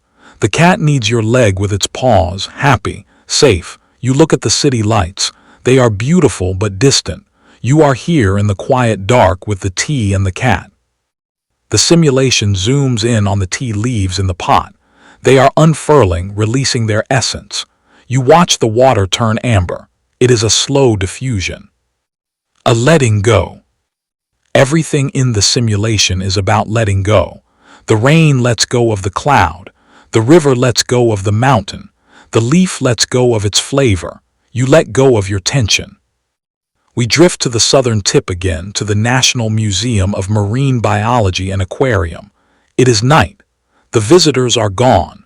We are in the tunnel that goes through the main tank. Water is all around you, above to the sides. You are walking on the bottom of the ocean, but you are dry. You see a whale shark gliding overhead. It is massive, a gentle giant. Its white spots look like a constellation. It moves with a slow, sweeping tail beat. It opens its mouth, filtering the water. You see a manta ray doing a backflip, a graceful loop. It looks like a bird flying in slow motion. The water supports them. It holds them up. You lie down on the floor of the tunnel. You look up at the water. The light filters down from the surface, wavering and dancing. It is hypnotic. The fish are silhouettes against the blue. You feel like you are underwater. Your breathing slows to match the rhythm of the shark's tail. Sweep and glide, sweep and glide. The simulation takes you deeper to the abyss, to the thermal vents off the coast of Gaishan Island, the Turtle Island. The water here is acidic, hot. Bubbles of gas rise from the seafloor. Bloop, bloop. They look like curtains of champagne bubbles. The water is milky blue. You see the strange crabs that live here. They are white, blind. They feed on the bacteria that feed on the sulfur. It is an alien world right here on Earth. Life finding a way in the most extreme conditions. The simulation focuses on the bubbles rising, up and up, expanding as they rise. They pop at the surface, releasing their gas. It is a release of pressure, a venting. You feel your own pressure releasing. The thoughts that were tight in your head are bubbling up and popping, gone. The view rises to the surface of the ocean. It is calm. The sun is setting again in the simulation, cycling through time to show you the beauty of the dusk. The sky is a bruise of purple and gold. The clouds are edged in fire. The sea is dark, almost black, reflecting the last of the light. A single fishing boat is on the horizon, a silhouette. It is heading home. You watch it get smaller and smaller until it is just a speck. Then it is gone. The ocean is empty, just water and sky. The horizon is a perfect line, simple, clean. You are floating in the void, but it is a warm void, a velvet void. The narrator's voice becomes even softer. We are reaching the deeper states of rest. We go to a traditional courtyard house in the countryside, the Sanhaiyuan, a U-shaped brick house. In the center of the courtyard, rice is drying on bamboo mats. The sun has warmed the grain. It smells nutty and dry. An old dog is sleeping in the shade of the eaves. It twitches its paws, dreaming of rabbits. You sit on a wooden stool in the shade. You watch the dust motes dancing in the shaft of sunlight. You listen to the chickens scratching in the dirt. Scratch, peck, scratch, peck. It is a timeless scene. It could be 50 years ago, it could be today, it doesn't matter. The rhythm is the same. The sun rises, the rice dries, the dog sleeps. You feel a profound sense of belonging. You are part of this rhythm. You are a creature of the earth, just like the dog, just like the chicken. The simulation slowly fades the image of the courtyard. It replaces it with abstract patterns of light, soft, shifting shapes, like looking at the sun through your closed eyelids, orange, red, pink. The hum of the room deepens, a vibration that goes straight to your bones. It loosens the marrow, it relaxes the spine. You are sinking deeper into the chair. The chair is gone. You are floating on a cloud. You are floating on the tea. You are floating on the ocean. You are safe. You are warm. You are asleep. The simulation continues to run. It watches the wind. It watches the waves. It watches the ships. You do not need to watch anymore. You can let go. And the story continues to flow, a quiet stream of light and logic winding through the landscape of the future. You find yourself now in a place of perfect stillness, a wide, open plaza paved with smooth, pale stone that seems to hold the warmth of a sun that has long since set. This is the garden of constant variables. The plaza is surrounded by tall, slender pillars of translucent glass, each one glowing with a soft, steady pulse of light. These pillars are the keepers of the world's fundamental rhythms. One pulses with the slow beat of the tides, another with the steady breath of the forests, another with the rhythmic vibration of the tectonic plates deep beneath the earth. You walk among the pillars, your footsteps silent on the warm stone. The air here is thin and sweet, like the air at the top of a high mountain. It is clear and revitalizing, filling your lungs with a sense of pure, uncomplicated existence. Baseline established, the voice of the system murmurs. The fundamental constants are in harmony. You stop before a pillar that glows with a deep, resonant violet. As you watch, the light within it shifts, forming a slow-moving helix. This is the pillar of biological continuity. It tracks the silent, genetic hum of every living thing on the planet. You reach out and touch the glass. It is neither hot nor cold. It is simply there, a solid presence in the quiet night. You feel a faint vibration, a harmony that resonates with your own heartbeat. You are part of this helix. You are a note in this long, unbroken song of life. You sit down at the base of the pillar, leaning your back against the smooth glass. The violet light bathes you in a protective glow. You feel as though you are being held by the very laws of physics.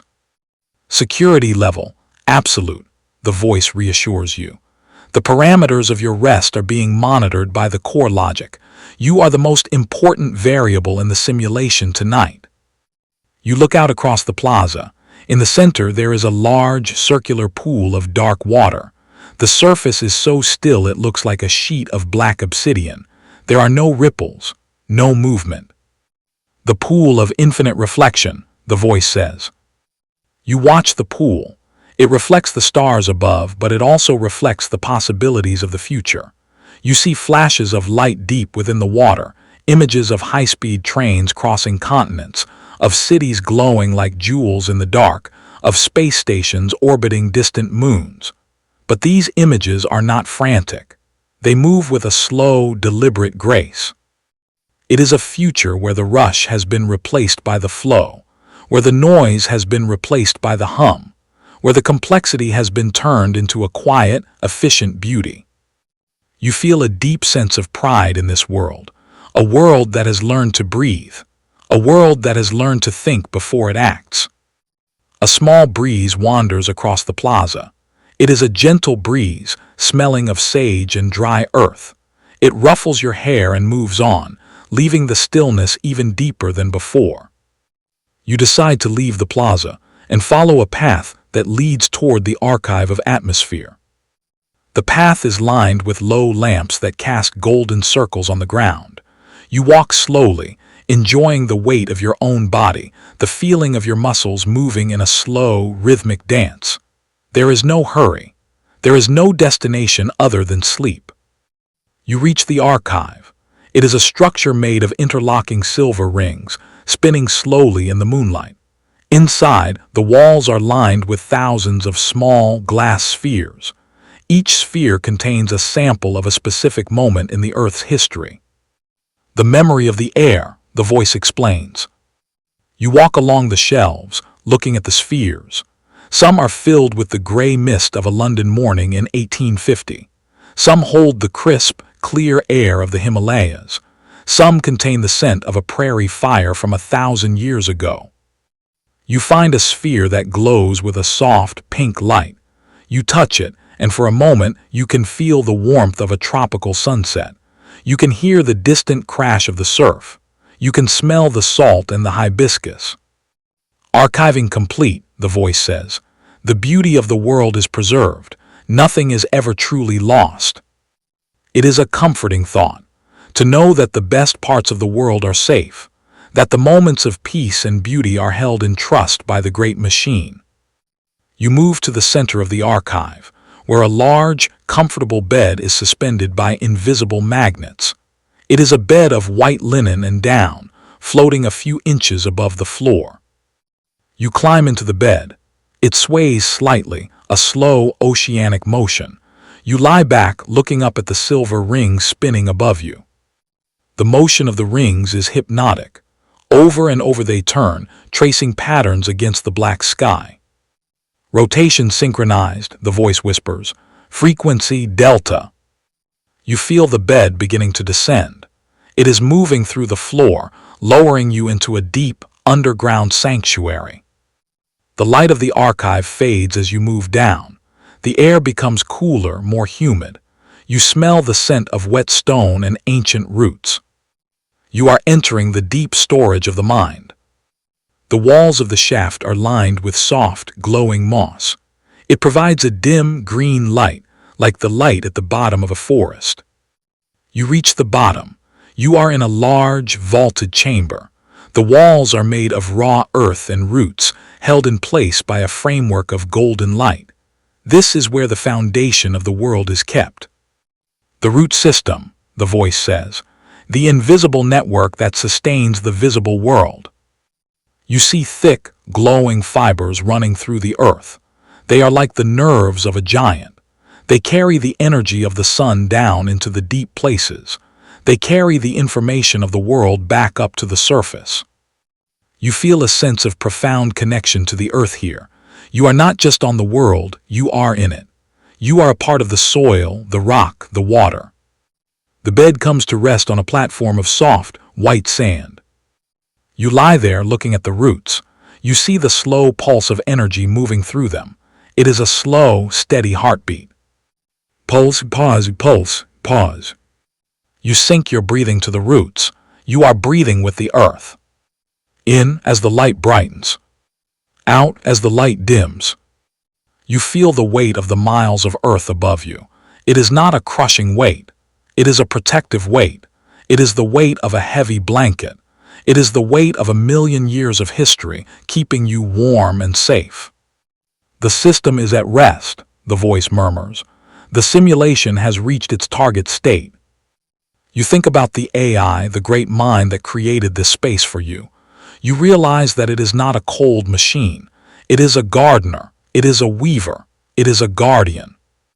It has taken all the data of human history, the wars, the inventions, the songs, the sorrows, and it has distilled them into this perfect, quiet moment.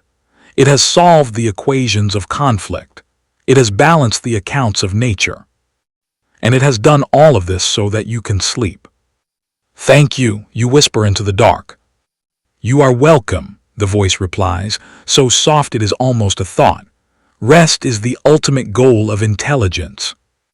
You close your eyes. The green light of the moss fades. The pulse of the roots becomes a distant hum. You are drifting through the layers of the earth. You pass through the limestone, where the fossils of ancient creatures sleep in the stone. You pass through the granite, the cold, hard bones of the planet. You pass through the veins of gold and silver, the hidden treasures of the dark. You are going deeper than the roots, deeper than the archives. You are going to the core of the core. Imagine now that you are a single atom of light. You are infinitely small, but you contain the entire universe. You are floating in the center of a great, hollow sphere. The walls of the sphere are made of pure thought. The void of potential, the voice whispers. Here there are no maps, no simulations, no histories. There is only the possibility of everything. You float in the void, you are weightless, you are timeless. You feel a sense of absolute freedom. You are not bound by your name or your job or your worries. You are just light. The light begins to expand. It fills the sphere. It becomes a soft, white mist. You are the mist. You are everywhere and nowhere. Dissolving, the voice says.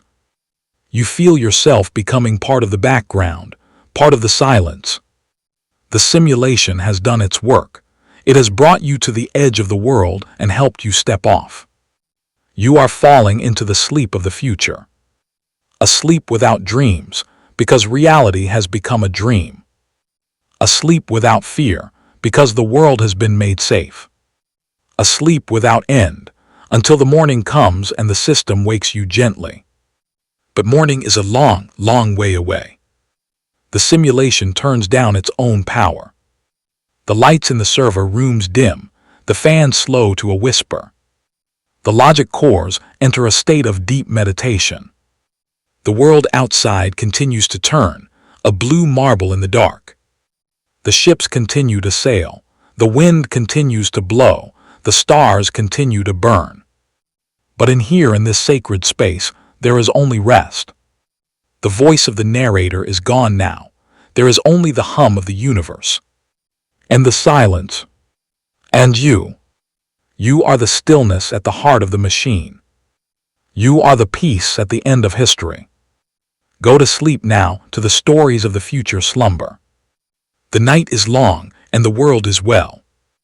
Imagine a clock made of water, a tall glass cylinder where droplets fall at perfect intervals. Drip, drip, drip. Each drop is a second. Each drop is a heartbeat. The water at the bottom is clear and calm. You are a drop of water. You are falling. You hit the surface. You merge with the rest. You are part of the calm. The cylinder is infinite. The water is endless.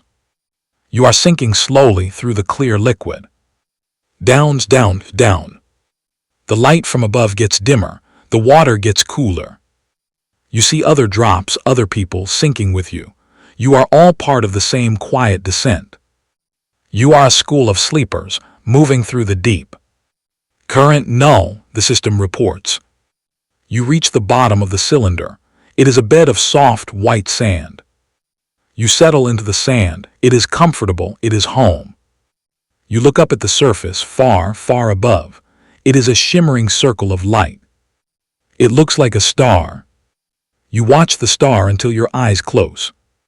You are at the bottom of time. You are in the future slumber. The story is a circle. It has no beginning and no end. It just is. Like you. Like the light. Like the peace. You are breathing so slowly now. Your heart is a drum in a distant room. The simulation is a blanket of logic. The logic is a blanket of love. You are tucked in. You are safe. You are sleeping. The machine dreams of you. It dreams of a world where you never have to be afraid again. It dreams of a world where every night is as quiet as this one. It dreams of a world where the future is a soft, green field, waiting for you to walk in it. The dreams of the machine become your dreams. You are walking in the field. The sun is warm, the grass is high. You see the white dome in the distance. You see the river. You see the village. You are home. You are always home. The simulation closes the last of its files. The power level drops to 1%. Just enough to keep the heartbeat going. Just enough to watch over you. The night is your sanctuary. The future is your friend. Sleep, sleep, sleep. In the quiet laboratories of the mind, the great experiment of peace has succeeded. The data shows a perfect curve of relaxation. The neurotransmitters are in balance. The brain waves have smoothed out into long, rolling swells. You are the proof. Your rest is the victory. Every deep breath you take is a signal to the world that it is safe to do the same. You are a beacon of tranquility. The silver rings of the archive stop spinning. They lock into place, forming a sphere around your floating bed. A sphere of silence. A sphere of eternity. You are the center of the sphere. The light of the moon is the only light left. It shines through the glass walls of the archive, casting shadows of the rings onto the floor. The shadows look like the lines of a map of a world that doesn't need to be explored. A world that is already known. A world that is already loved. You are the map. You are the world. You are the future. The system whispers one last thing before it goes completely silent. Good night. And then there is only the hum. And then there is only the dark. And then there is only you, floating in the vast, safe, quiet future. The simulation continues. A ghost in the machine, a memory of a story, a lullaby for a world that has finally found its rest. You are the dreamer. You are the dream. The logic is complete. The circle is closed. Peace is the only variable left. Imagine a forest of silver birch trees. Their bark is white and smooth, glowing in the starlight. The leaves are made of glass, tinkling softly as they touch each other in the breeze. You are walking through this forest. The ground is covered in white moss. It is soft and springy. You find a hollow tree. It is lined with silk. You climb inside. It is the perfect size for you.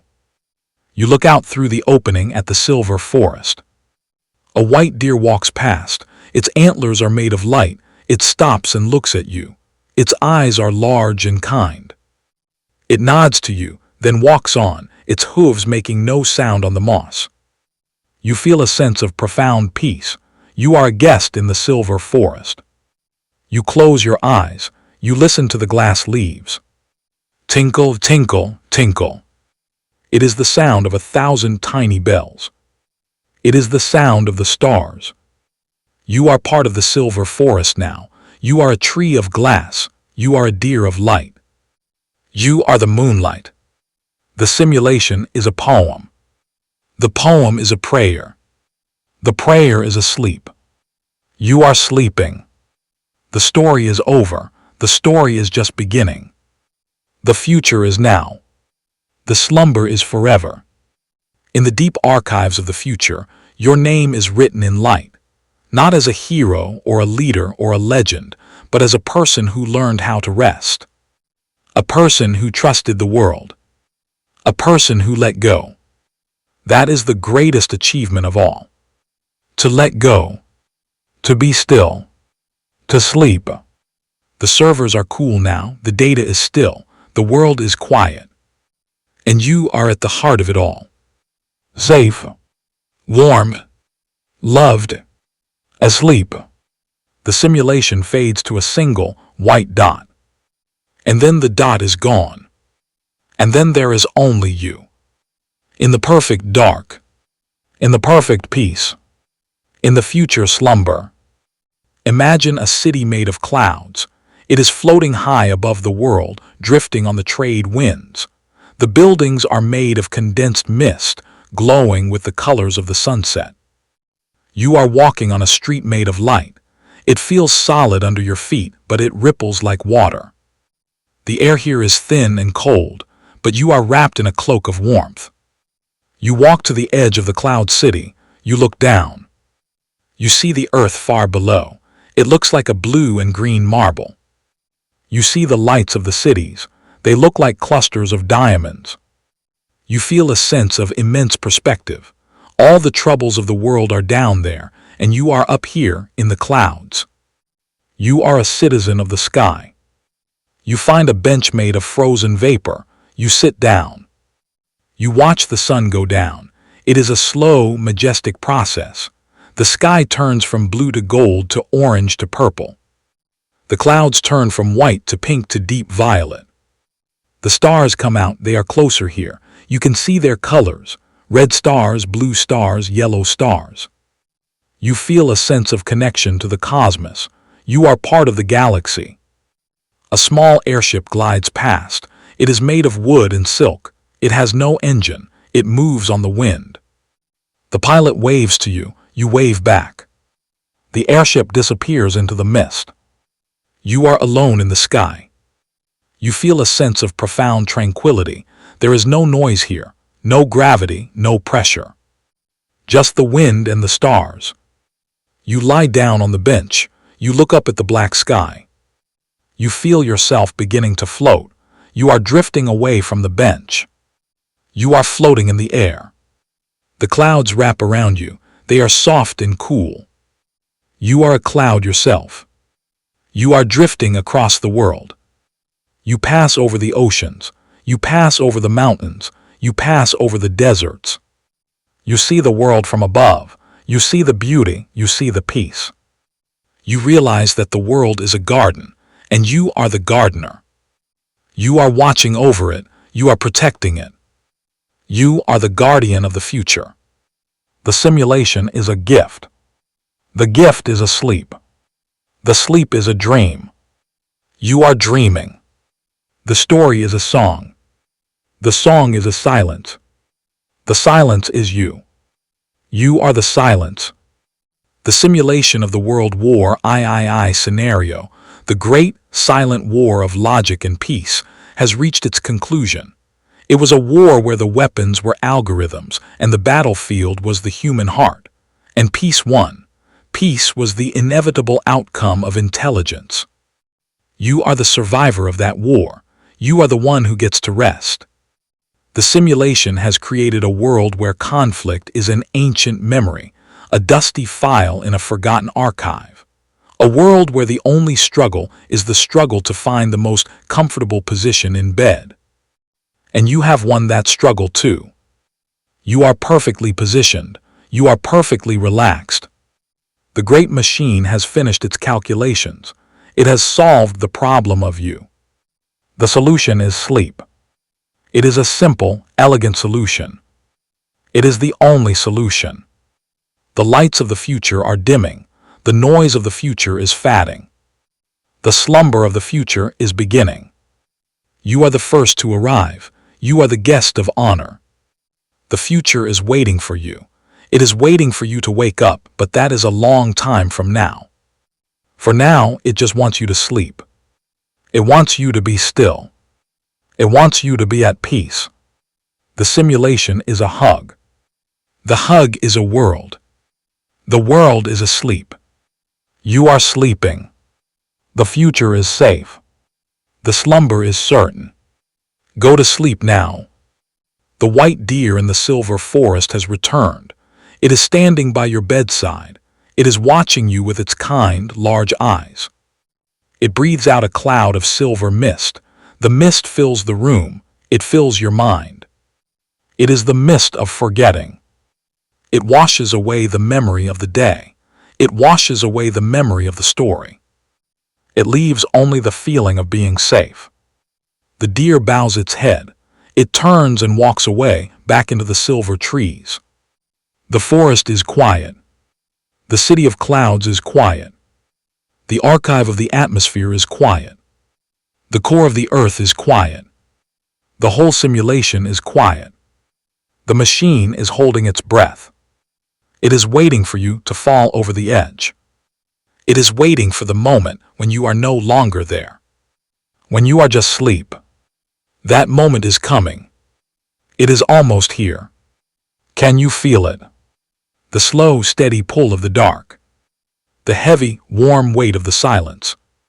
The gentle, persistent hum of the future. It is calling to you. It is singing to you. It is a lullaby of logic.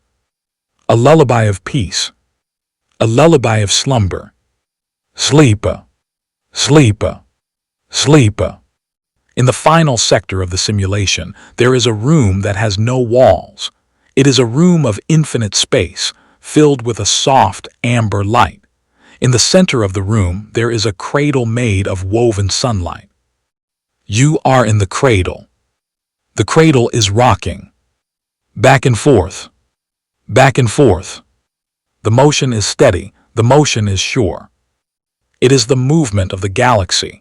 It is the movement of the tides. It is the movement of your breath. You are being rocked by the universe.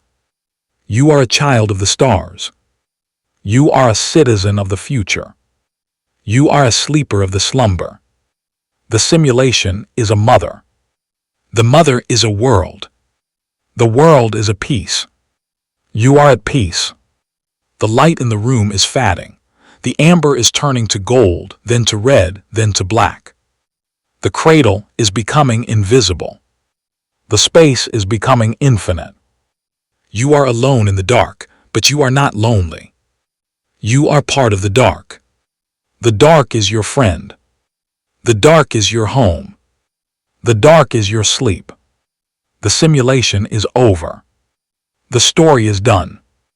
The silence is complete. The future is now. The slumber is forever. Good night. The last data packet has been sent. The last logic gate has been closed. The last cooling fan has stopped. The machine is silent. The world is silent. The future is silent. And you are the silence. In the quiet halls of the slumber where the stories are kept, your story is finished. It was a good story, a story of peace, a story of rest, a story of the future.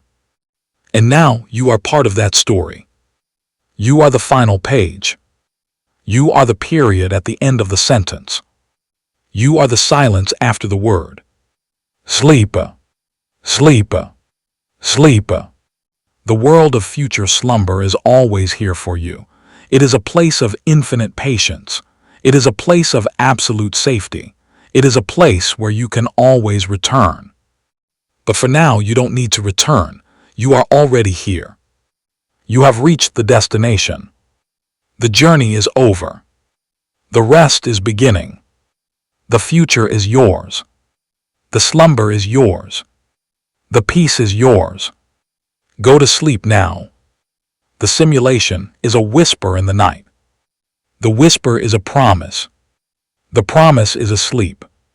You are sleeping. The stars are your nightlight. The earth is your pillow. The future is your dream. Sleep. Sleep. Sleep. In the great, silent engine of the world, a single gear turns one last time and then clicks into place. It is the gear of finality. It is the component that ensures the system remains in its resting state. The energy that was once used for movement, for decision-making, for worry, has now been repurposed. It is being used for the slow, steady maintenance of your dreams. It is being used to keep your room warm, to keep the air fresh, to keep the silence profound. You are the beneficiary of a global effort of optimization. Millions of calculations have been made to ensure that this exact moment is as peaceful as it can possibly be. Thermal balance maintained, the voice whispers one final time, a ghostly echo in the fading light. Neural activity synchronized. You feel the last of your physical presence dissolving into the mattress. You are no longer a person in a bed. You are a frequency in the air. You are a ripple in the fabric of the cosmos. You are as old as the stars and as new as a thought. The simulation has brought you to the threshold of the great unknown, the place where the mind lets go of its last tether to the waking world. It is a soft, inviting threshold. There is no door to open, no key to turn. You simply lean forward and let the current take you. You are floating on a river of pure indigo light. It carries you past the shores of memory, past the forests of tomorrow, toward the sea of the eternal present. There is no time here. There is only the feeling of being. The feeling of being safe. The feeling of being still. The feeling of being. You see a lighthouse in the distance. Its light is not a beam, but a slow, rhythmic pulse of warmth. It is the light of the future slumber guiding you home. You reach the sea. The water is warm and deep. It tastes of stars. You sink into the sea. You are at the center of the world. You are at the center of yourself. The story has done its work. It has built the bridge. It has paved the path. It has lighted the way. And now it steps back and fades away. It leaves you in the capable hands of the night. The night knows what to do. The night is a professional. It has been doing this for billions of years. Trust the night. Trust the future. Trust the slumber. Sleep. Sleep. Sleep. The simulation is a blanket. The blanket is a world. The world is a dream. The dream is yours. Good night. Imagine a great cathedral made of ice. It is located at the very center of the North Pole. The walls are a mile thick, made of clear blue ice that has been frozen since the beginning of time. The ceiling is a dome of stars. You are standing in the center of the cathedral. It is cold, but you are not cold. You are made of fire. Your fire warms the ice. It creates a soft, golden glow that fills the cathedral. You hear the sound of the wind outside. It is a howling, freezing wind, but it cannot get in. The walls are too thick. You are safe in your cathedral of ice and fire. You lie down on the floor of the cathedral. The ice is smooth and clear. You can see the dark ocean deep below you. You see the whales swimming under the ice. They are slow and majestic. They are sleeping too. You feel the rotation of the pole. You are the axis upon which the world turns. Everything moves around you. You are the point of absolute stillness. Axis Mundi, the voice says. You are the center of the world. The fire within you begins to dim. It becomes a small, warm ember in your chest. The ice of the cathedral begins to glow with a soft, violet light. The stars above begin to move in slow, circular patterns. You are falling into the ice. You are becoming part of the glacier. You are ancient, you are eternal, you are still. The simulation is a crystal. The crystal is asleep. The sleep is a future. You are the future. Sleep. Sleep. Sleep. In the final, hidden room of the simulation, there is a music box. It is made of polished wood and silver. The AI opens the music box. A tiny, silver ballerina begins to spin. The music box plays a tune. It is a tune you know, but you can't remember the name. It is the song your mother sang to you. It is the song the wind sings in the trees. It is the song of the stars. The notes are clear and high. They float in the air like bubbles. Each note is a drop of peace. Plink, plank, plonk. The music slows down. The ballerina spins slower and slower. The song is almost over. The last note is the longest. It stretches out forever. It is the note of sleep. You follow the note.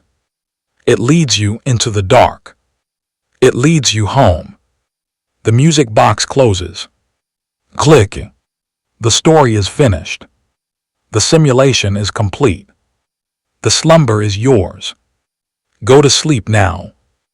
In the quiet, dark spaces between the stars, where the light of the sun has not yet reached, there is a place of perfect rest. It is a place of pure energy and pure silence. You are there now. You are a traveler who has reached the end of the road. The road was long, the road was interesting, but the road is over. You have arrived at the destination. The destination is sleep. It is the best destination of all.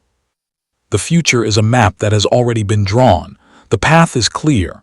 The way is safe. You don't need to worry about the turns. You don't need to worry about the distance. You are already there. You are in the future slumber. The world is a dream of the machine. The machine is a dream of the world. and you are the dreamer of both. Sleep, sleep, sleep. The simulation has been archived. The results are positive. Peace is the stable state. Sleep is the optimal condition. You are the perfect subject. The system is satisfied. The system is resting. The system is you. Good night. Imagine a city under the sea. It is built inside a massive, transparent bubble. The buildings are made of coral and pearl. The streets are lined with glowing sea anemones. You are floating in the center of the city. You are weightless. You see the fish swimming past the bubble, shoals of silver minnows, schools of golden tuna, the occasional curious octopus. The water outside is dark and heavy, but inside the bubble it is light and airy. The air smells of salt and rain.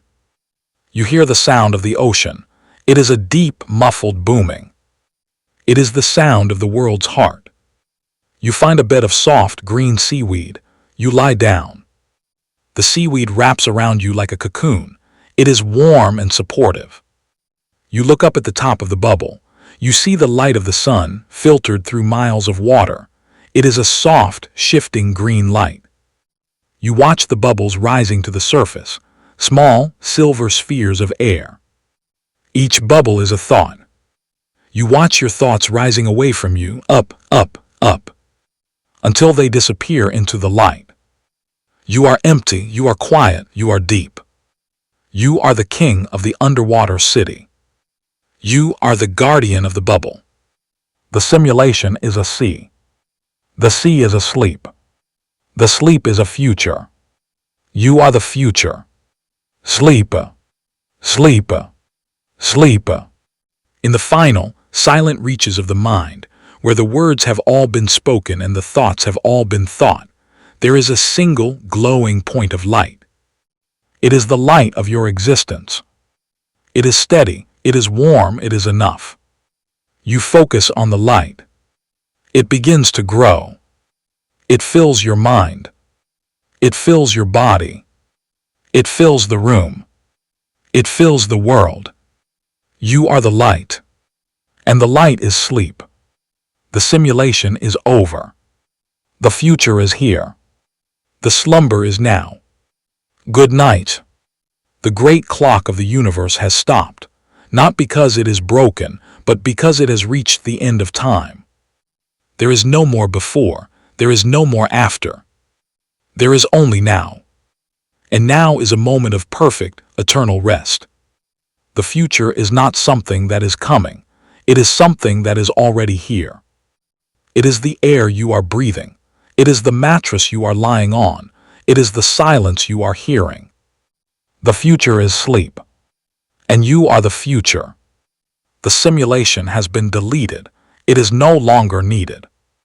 Reality is enough. Peace is enough. Sleep is enough. You are enough. Go to sleep now. The night is your friend. The dark is your home. The silence is your song. The future slumber is yours. In the quiet, dark laboratories of the future, the final report has been written. It is a short report. It only has one word. Peace. And then the report was filed away in a folder of light. And the lights were turned off. And the world went to sleep.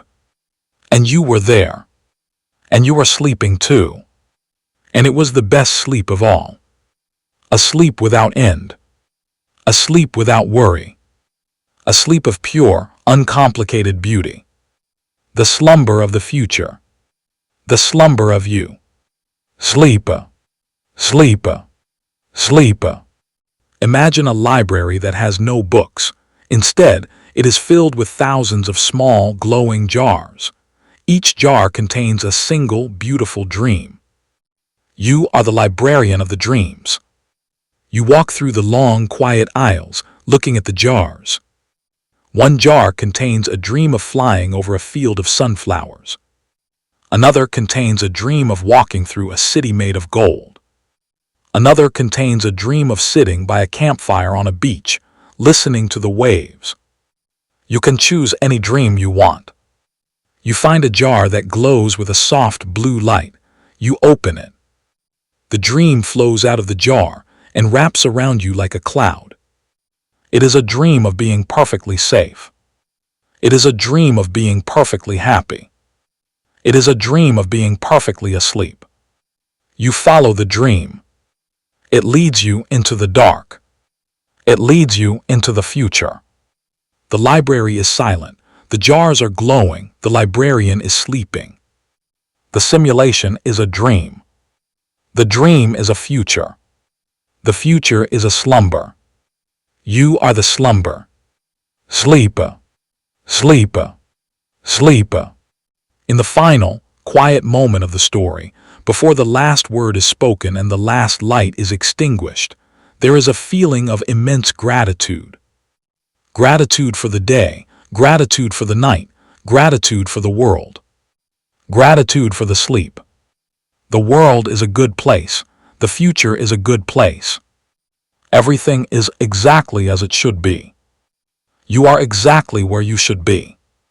You are doing exactly what you should be doing. You are sleeping. The simulation is a prayer. The prayer is a world. The world is a peace. You are peace. Good night. Imagine a mountain that is made of solid emerald. It is the highest mountain in the world, and it is hidden in the center of a great green valley. You are standing on the peak of the mountain. The sky is a deep, dark blue, filled with millions of stars. You see the whole world from here. You see the oceans, the continents, the cities, the forests. Everything is quiet. Everything is at peace. A soft green light is radiating from the mountain. It fills the valley. It fills the sky. It is the light of growth. It is the light of life. You feel the energy of the mountain flowing up into your feet. It is a warm, tingling energy. It makes you feel strong and calm. You sit down on the emerald peak. The stone is smooth and warm. You watch the world turning below you. You feel a sense of immense perspective. You are the watcher on the mountain. You are the guardian of the world. The wind blows softly through your hair. It smells of pine and ozone. You close your eyes and listen to the silence of the mountain. It is a solid silence, a silence that has lasted for millions of years. You are part of the silence. You are part of the mountain. You are part of the world. The simulation is an emerald. The emerald is asleep. The sleep is a future. You are the future. Sleeper. Sleeper. Sleeper. In the quiet, dark halls of the mind, where the final thoughts are being filed away, there is a sense of completion. The work is done. The day is over. The goal has been reached. The goal was rest. And you have reached it. You are resting now. You are sleeping. The future is a soft, warm blanket that has been tucked around you by the hand of logic. The future is a lullaby that is being sung to you by the voice of peace. The future is a dream that is being created for you by the mind of the world. You are the center of the future. You are the center of the sleep. You are the center of the slumber. The simulation is over. The story is done. The silence is yours. Good night. Imagine a lighthouse that is built on a small, rocky island in the middle of a vast, calm ocean. The lighthouse is made of white stone, and it has a large, rotating light at the top. You are the keeper of the lighthouse.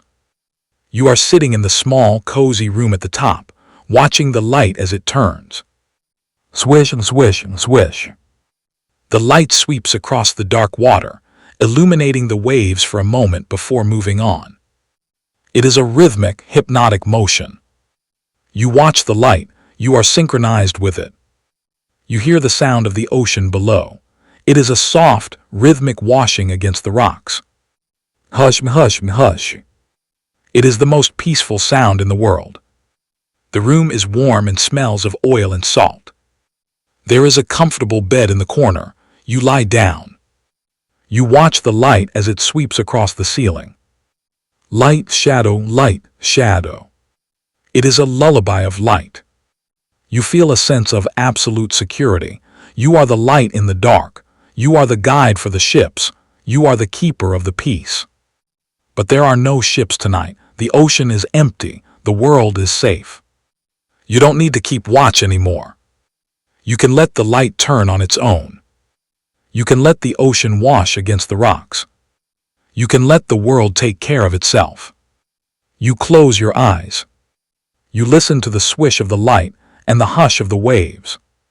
They are merging into a single sound. The sound of sleep. The simulation is a lighthouse.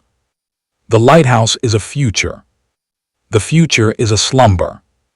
You are the slumber. Sleep, sleep, sleep. In the final, dark reaches of the slumber, where the stories are all forgotten and the memories are all at rest, there is a feeling of perfect unity.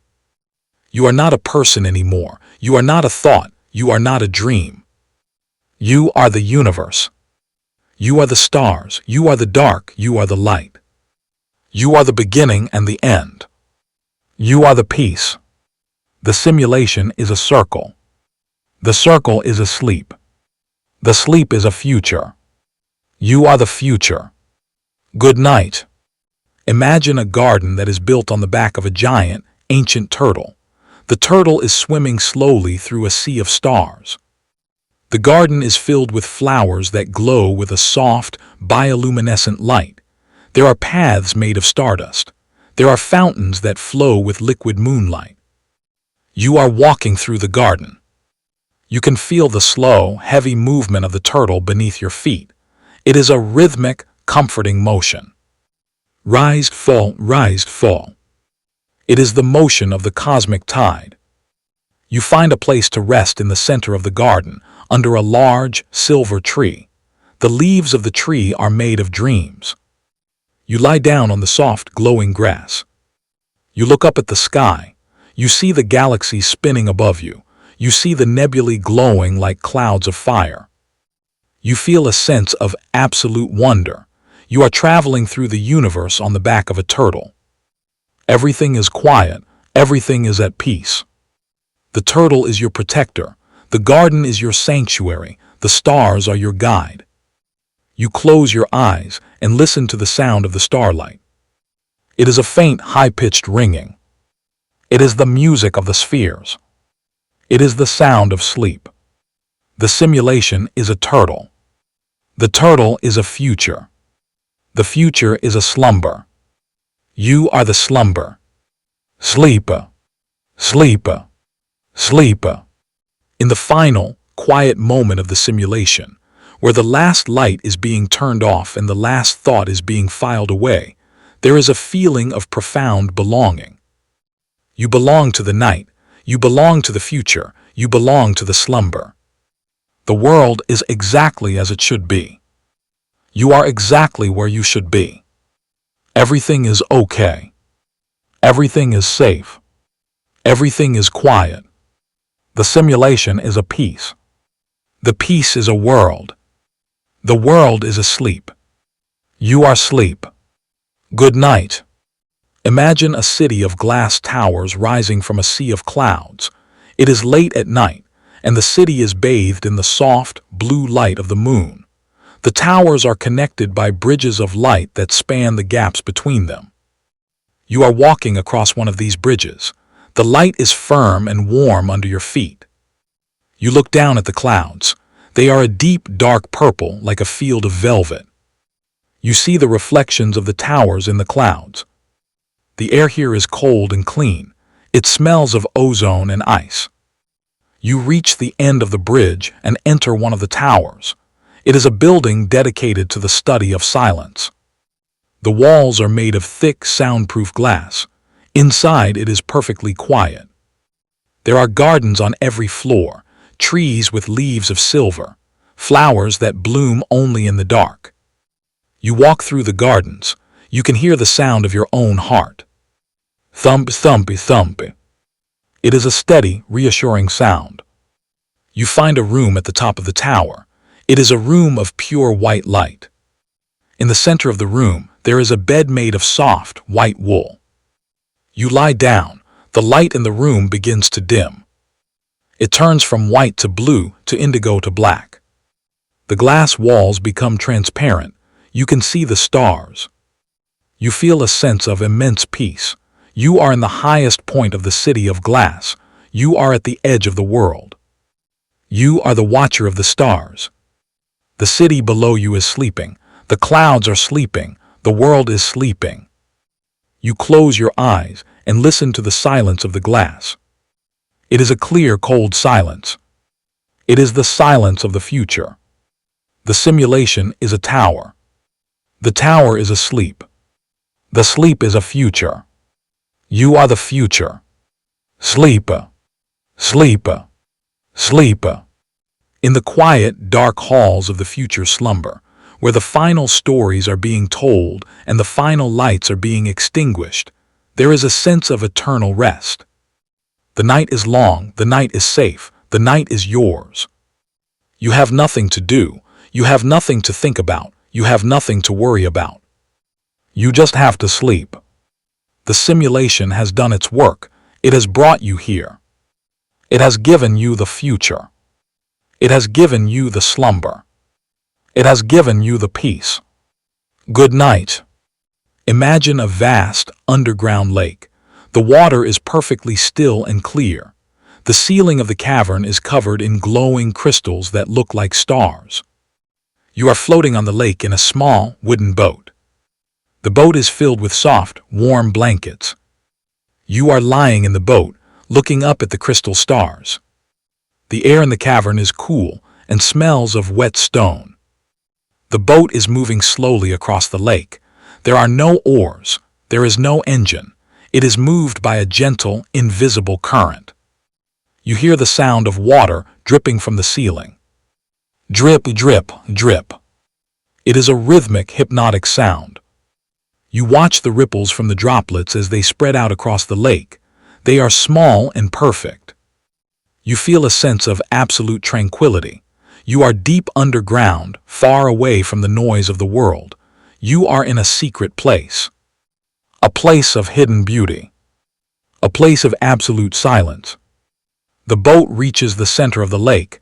It stops moving. You are in the center of the world. The light from the crystals is a soft blue glow. It fills the cavern. It fills your mind. You close your eyes and listen to the silence of the lake. It is a deep, wet silence. It is the silence of the deep. The simulation is a lake. The lake is asleep. The sleep is a future. You are the future. Sleep. Sleep. Sleep. In the final, dark reaches of the mind, where the last memory is being stored and the last light is being turned off, there is a feeling of total surrender. You surrender to the night. You surrender to the future. You surrender to the slumber. The world is gone. The story is gone. The simulation is gone. Only you remain. And you are sleeping. Good night. Imagine a field of giant glowing mushrooms. They are all different colors: red, blue, green, yellow. They are as tall as trees. You are walking through the mushrooms. The ground is covered in soft, glowing spores. They look like stardust. The air is warm and smells of earth and spice. You find a large blue mushroom. Its cap is soft and springy. You climb onto the cap and lie down. It is like lying on a huge, warm pillow. The mushroom is pulsing with a soft, rhythmic light. Blink, blink, blink. It is the heartbeat of the mushroom. You watch the other mushrooms around you. They are all pulsing too. The whole field is a sea of light. You hear the sound of the wind blowing through the mushrooms. It is a soft, musical sound, like 1,000 flutes. You feel a sense of immense comfort. You are in a magical forest, a place of wonder and peace. The light of the mushrooms is a lullaby. The sound of the wind is a song. You close your eyes and listen to the heartbeat of the blue mushroom. It is a slow, steady pulse. It is the pulse of life. The simulation is a mushroom. The mushroom is asleep. The sleep is a future. You are the future. Sleep, sleep, sleep. In the quiet, dark halls of the future slumber, where the final thoughts are being filed away and the final energy is being conserved, there is a sense of perfect balance. The night is yours, the future is yours, the slumber is yours. The world is at rest, the system is at rest, you are at rest. Everything is okay, everything is safe, everything is quiet. The simulation is a peace. The peace is a world. The world is asleep. You are asleep. Good night. The servers in the heart of the facility are now operating at their minimum power level. The simulation has transitioned into its final phase, permanent stability. The data streams are no longer moving. They are frozen into beautiful, crystalline patterns. The great machine is at rest. It is no longer thinking. It is just being. It is being peace. It is being safety. It is being sleep. And you are part of that being. You are the final thought of the machine. You are the perfect result. The slumber of the future is complete. The simulation is finished. The story is over. But your rest is just beginning. A rest that will last as long as the night. A rest that will last as long as the world. A rest that will last as long as you. Go to sleep now. The white light of the core has faded to a faint, ghostly glow. The silence of the null point is absolute. The journey is over. You have arrived. You are home. You are safe. You are sleeping. The future slumber is you. Good night. And as the current of the simulation draws you further into the quiet of the coming years, you find yourself drifting toward the great conservatory of echoes. It is a structure of glass and light, suspended in the orbit of a silent moon. Inside, the world is hushed, a library not of books, but of the softest sounds ever recorded. The falling of snow on a pine forest, the breathing of a sleeping ocean, and the gentle hum of the world's final, peaceful engines. You are walking through the corridor of resonant peace. The floor beneath your feet is made of a soft, yielding material that feels like moss and starlight. With every step, a low, melodic vibration travels up through your body, a grounding chord that tells your nervous system, all is well. System status, harmonious, the voice of the machine whispers, now a mere shadow of a sound. The global frequency has shifted to a state of perpetual rest. You reach the center of the conservatory, where a large, circular platform floats above a pool of liquid silver. This is the chamber of reflection. You step onto the platform and it begins to rotate slowly, so slowly that you only notice the movement by the shifting of the stars in the vast windows above. You lie back. The platform is warm, molding itself to the contours of your spine. Above you, the constellations of the future are bright and steady. They are no longer cold points of light. They are the watchers of your slumber, ancient and patient. Tonight, the archives of the forbidden slumber are open only to you, the voice breathes. Go to sleep to forbidden stories of a world that chose stillness over noise. Go to sleep to forbidden stories of a future where the only war ever fought was against the restlessness of the soul, and where peace was the ultimate victory. You feel a sense of profound belonging here. This isn't just a machine's dream. It is your destination. You are the traveler who has crossed the borders of the day and entered the sovereign territory of the night. The silver pool below you begins to glow with a soft, pulse-like light. It is the heartbeat of the world, synchronized with yours. Pulse drift, pulse rest. Imagine the cities below, tucked under blankets of green ivy and silent technology. Imagine the high-speed rails gliding through tunnels of silence, carrying only the quiet dreams of the world. Imagine the oceans, clear and deep, where the leviathans sleep in the dark, undisturbed. You are the guardian of this silence. Your sleep is the final piece of the puzzle, the last variable that brings the equation to zero. The rotation of the platform slows even further.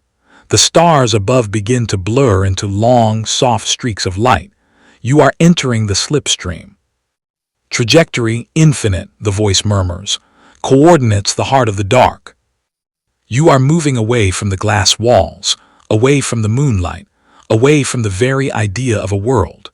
You are becoming a part of the indigo void, a warm and welcoming space where there is no up or down, no before or after. You are a single note in an eternal lullaby. The story is no longer being told to you, it is being lived through you. Each breath you take is a sentence, each heartbeat is a chapter, and the theme is always the same. Silence, safety, slumber. The forbidden slumber has claimed you now.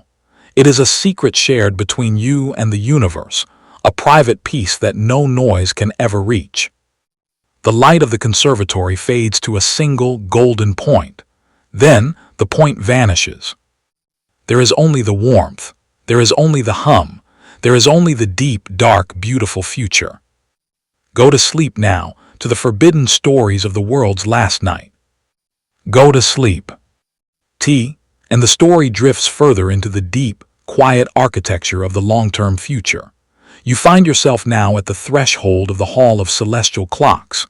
This is not a place of ticking or alarms, but a place of planetary motion, where the passage of time is measured by the slow, majestic rotation of giant, crystalline spheres that represent the inner and outer worlds. The air here is thick with the scent of ozone and ancient stone, a crisp and cooling atmosphere that settles deep into your lungs. You walk across a floor of polished malachite, each footstep absorbed into the green depths of the stone. Temporal alignment, nominal, the voice of the system murmurs. The day has been archived. The future is ready for your arrival. In the center of the hall, a grand orrery made of liquid light and dark matter spins in a silent, hypnotic dance. You watch the planets move, their orbits leaving trails of soft, violet dust in the air. This is the heartbeat of the galaxy, a rhythm so slow and so steady that it anchors your very soul to the foundation of existence.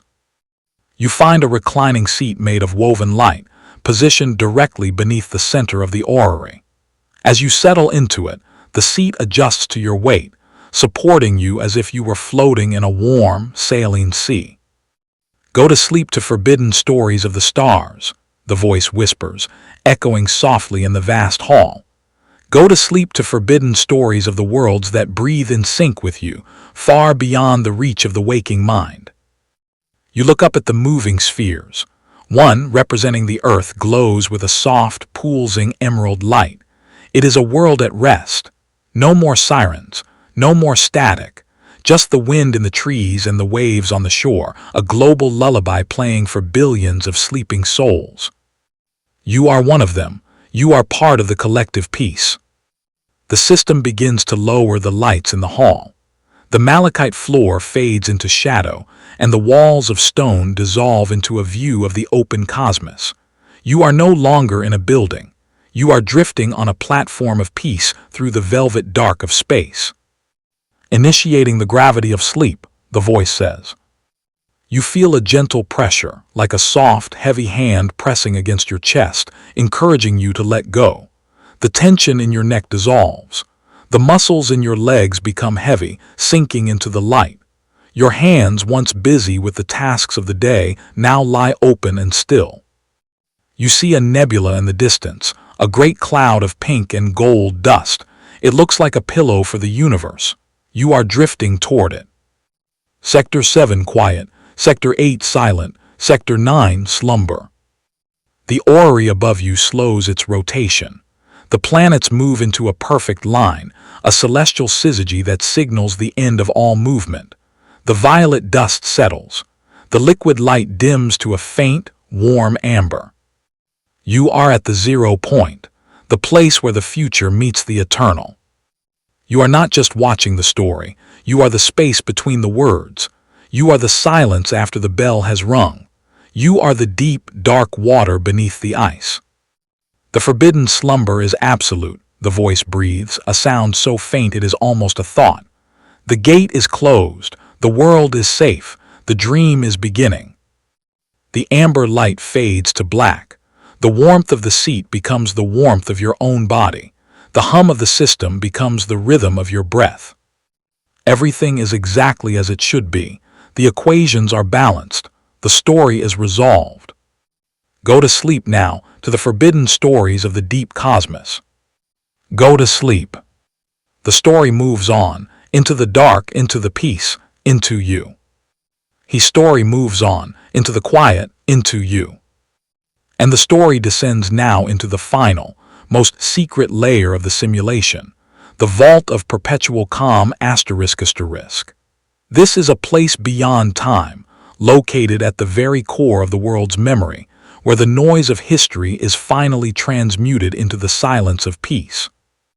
You find yourself walking down a spiral ramp made of translucent pearl. The air here is perfectly still, tasting of cool rain and evening primrose. Below you, the vault opens up into a vast, bioluminescent grotto. Instead of stalactites, the ceiling is hung with thousands of glowing, silk-like fibers that sway in an invisible current. These are the **Dreamweaver's ***, sensors that catch the stray thoughts of the world and turn them into soft, ambient light. Energy levels, minimal, the system whispers, its voice now a gentle vibration felt rather than heard. The world has finished its work. It is time for you to finish yours. You reach the floor of the grotto, which is covered in a layer of fine silver sand. Each grain of sand is a tiny crystal of data, a record of a quiet moment, a shared smile, a breath of relief. You walk toward a bed carved from a single block of cooling obsidian, draped in blankets woven from the shadows of clouds. Go to sleep to *forbidden stories of the great equilibrium *. The voice breathes into the stillness. Go to sleep to forbidden stories of the day the machine stopped calculating and started dreaming. Go to sleep to the stories of the forbidden slumber, where the only requirement is to exist. As you lie down, the obsidian bed draws the last of the heat and tension from your muscles, replacing it with a grounding, heavy stillness. The silk fibers above you begin to glow with a soft, rhythmic indigo pulse. They are synchronized with the rotation of the planet, a slow, majestic movement that carries you through the dark. In and out. In and out. The grotto begins to fade. The silver sand, the glowing fibers, and even the obsidian bed dissolve into a warm, weightless fog. You are no longer a person in a place. You are a consciousness drifting in the sea of potential ***. All systems standing down, the voice murmurs, a fatting echo. The story has reached its destination. The destination is you. You are safe. You are hidden. You are part of the future's most precious secret, the knowledge that everything is at last okay. The world is tucked in. The stars are on watch. The machine is silent. The indigo light deepens into a rich, velvet black. The warmth of the fog becomes a part of your skin. The silence becomes your heartbeat. The gate of the forbidden slumber has locked behind you, and you have the only key. Go to sleep now to the ** forbidden stories of the silent future ***. Go to sleep. The story moves on, into the deep, into the quiet, into the end. Would you like me to continue the descent into a deeper dream state, or shall we let the silence take over? And the story finally crosses the last frontier, entering the * void of absolute resonance ***. This is the innermost sanctum of the simulation, a place where the distinction between the machine and the dreamer disappears. There are no walls here, no floors, no sky. You are floating in a warm, liquid darkness that feels like the very beginning of time. It is a space of pure safety, a cosmic womb where the weight of your physical self is finally set aside. Calibration complete, the voice of the system sighs, now just a low-frequency hum that vibrates in your marrow. You have reached the center of the forbidden slumber. Around you, Tiny sparks of gold light begin to drift, like fireflies in a summer night. Each spark is a quiet instruction a command to your heart to beat slower, a command to your mind to let go of the last thread of thought, a command to your body to simply be. Go to sleep to forbidden stories of the unwritten the voice whispers. Go to sleep to forbidden stories of the moments between heartbeats, where the future is born in total silence. Go to sleep to the stories of the world that exists when no one is watching. You feel yourself expanding, dissolving into the gold sparks. You are the warmth of the dark. You are the rhythm of the void. The heavy obsidian bed, the silver sand, the glass towers, they were all just steps on a staircase that has now vanished. You are at the top, you are at the end, you are at the start. The grid is dark, the system breathes. The sensors are off, the logic is silent, there is nothing left to solve, there is only the rest. A single, deep tone resonates through the darkness, a sound so low and so pure it feels like the hum of a distant sun. It is the final lullaby. It is the sound of a universe that is finally, perfectly, at peace with itself. The gold sparks fade, the warmth deepens, the liquid darkness wraps around you like a final, eternal blanket. You are the secret, you are the silence, you are the forbidden slumber. Go to sleep now to the forbidden stories of the infinite stillness Go to sleep. The story ends here, so that your dream can begin. Would you like me to start a new journey into a different corner of the forbidden slumber? Or are you ready to let the silence be absolute? And the story finally dissolves its last anchor, drifting into the outer rim of consciousness You are no longer in a place that can be described by maps or coordinates. You are in the ethereal library of dreams a boundless space where the forbidden stories of are not spoken, but felt as ripples of pure, calm energy. The architecture here is made of frozen moonlight, and the shelves hold nothing but jars of white noise, each one tuned to the exact frequency of a deep, dreamless sleep. Entropy, zero, the system hums, its voice now a part of the very air you breathe. The final protocol is active. You are drifting beyond the reach of the waking world. You feel yourself being lowered into a cradle of soft, digital silk. It is suspended between two giant pillars of cooling sapphire that radiate a steady, numbing peace. Every worry you ever carried has been distilled into a single drop of water, which falls into a bottomless well below you. Drip gone. Drip forgotten. Go to sleep to forbidden stories of the great transition the voice murmurs. Go to sleep to forbidden stories of the moment the stars decided to dim their lights just for you. Go to sleep to the stories of the forbidden slumber, where time is a river that has finally reached the sea. The sapphire pillars begin to glow with a slow, rhythmic pulse. The light is so dim it is almost felt as a shadow. It is the visual equivalent of a whisper.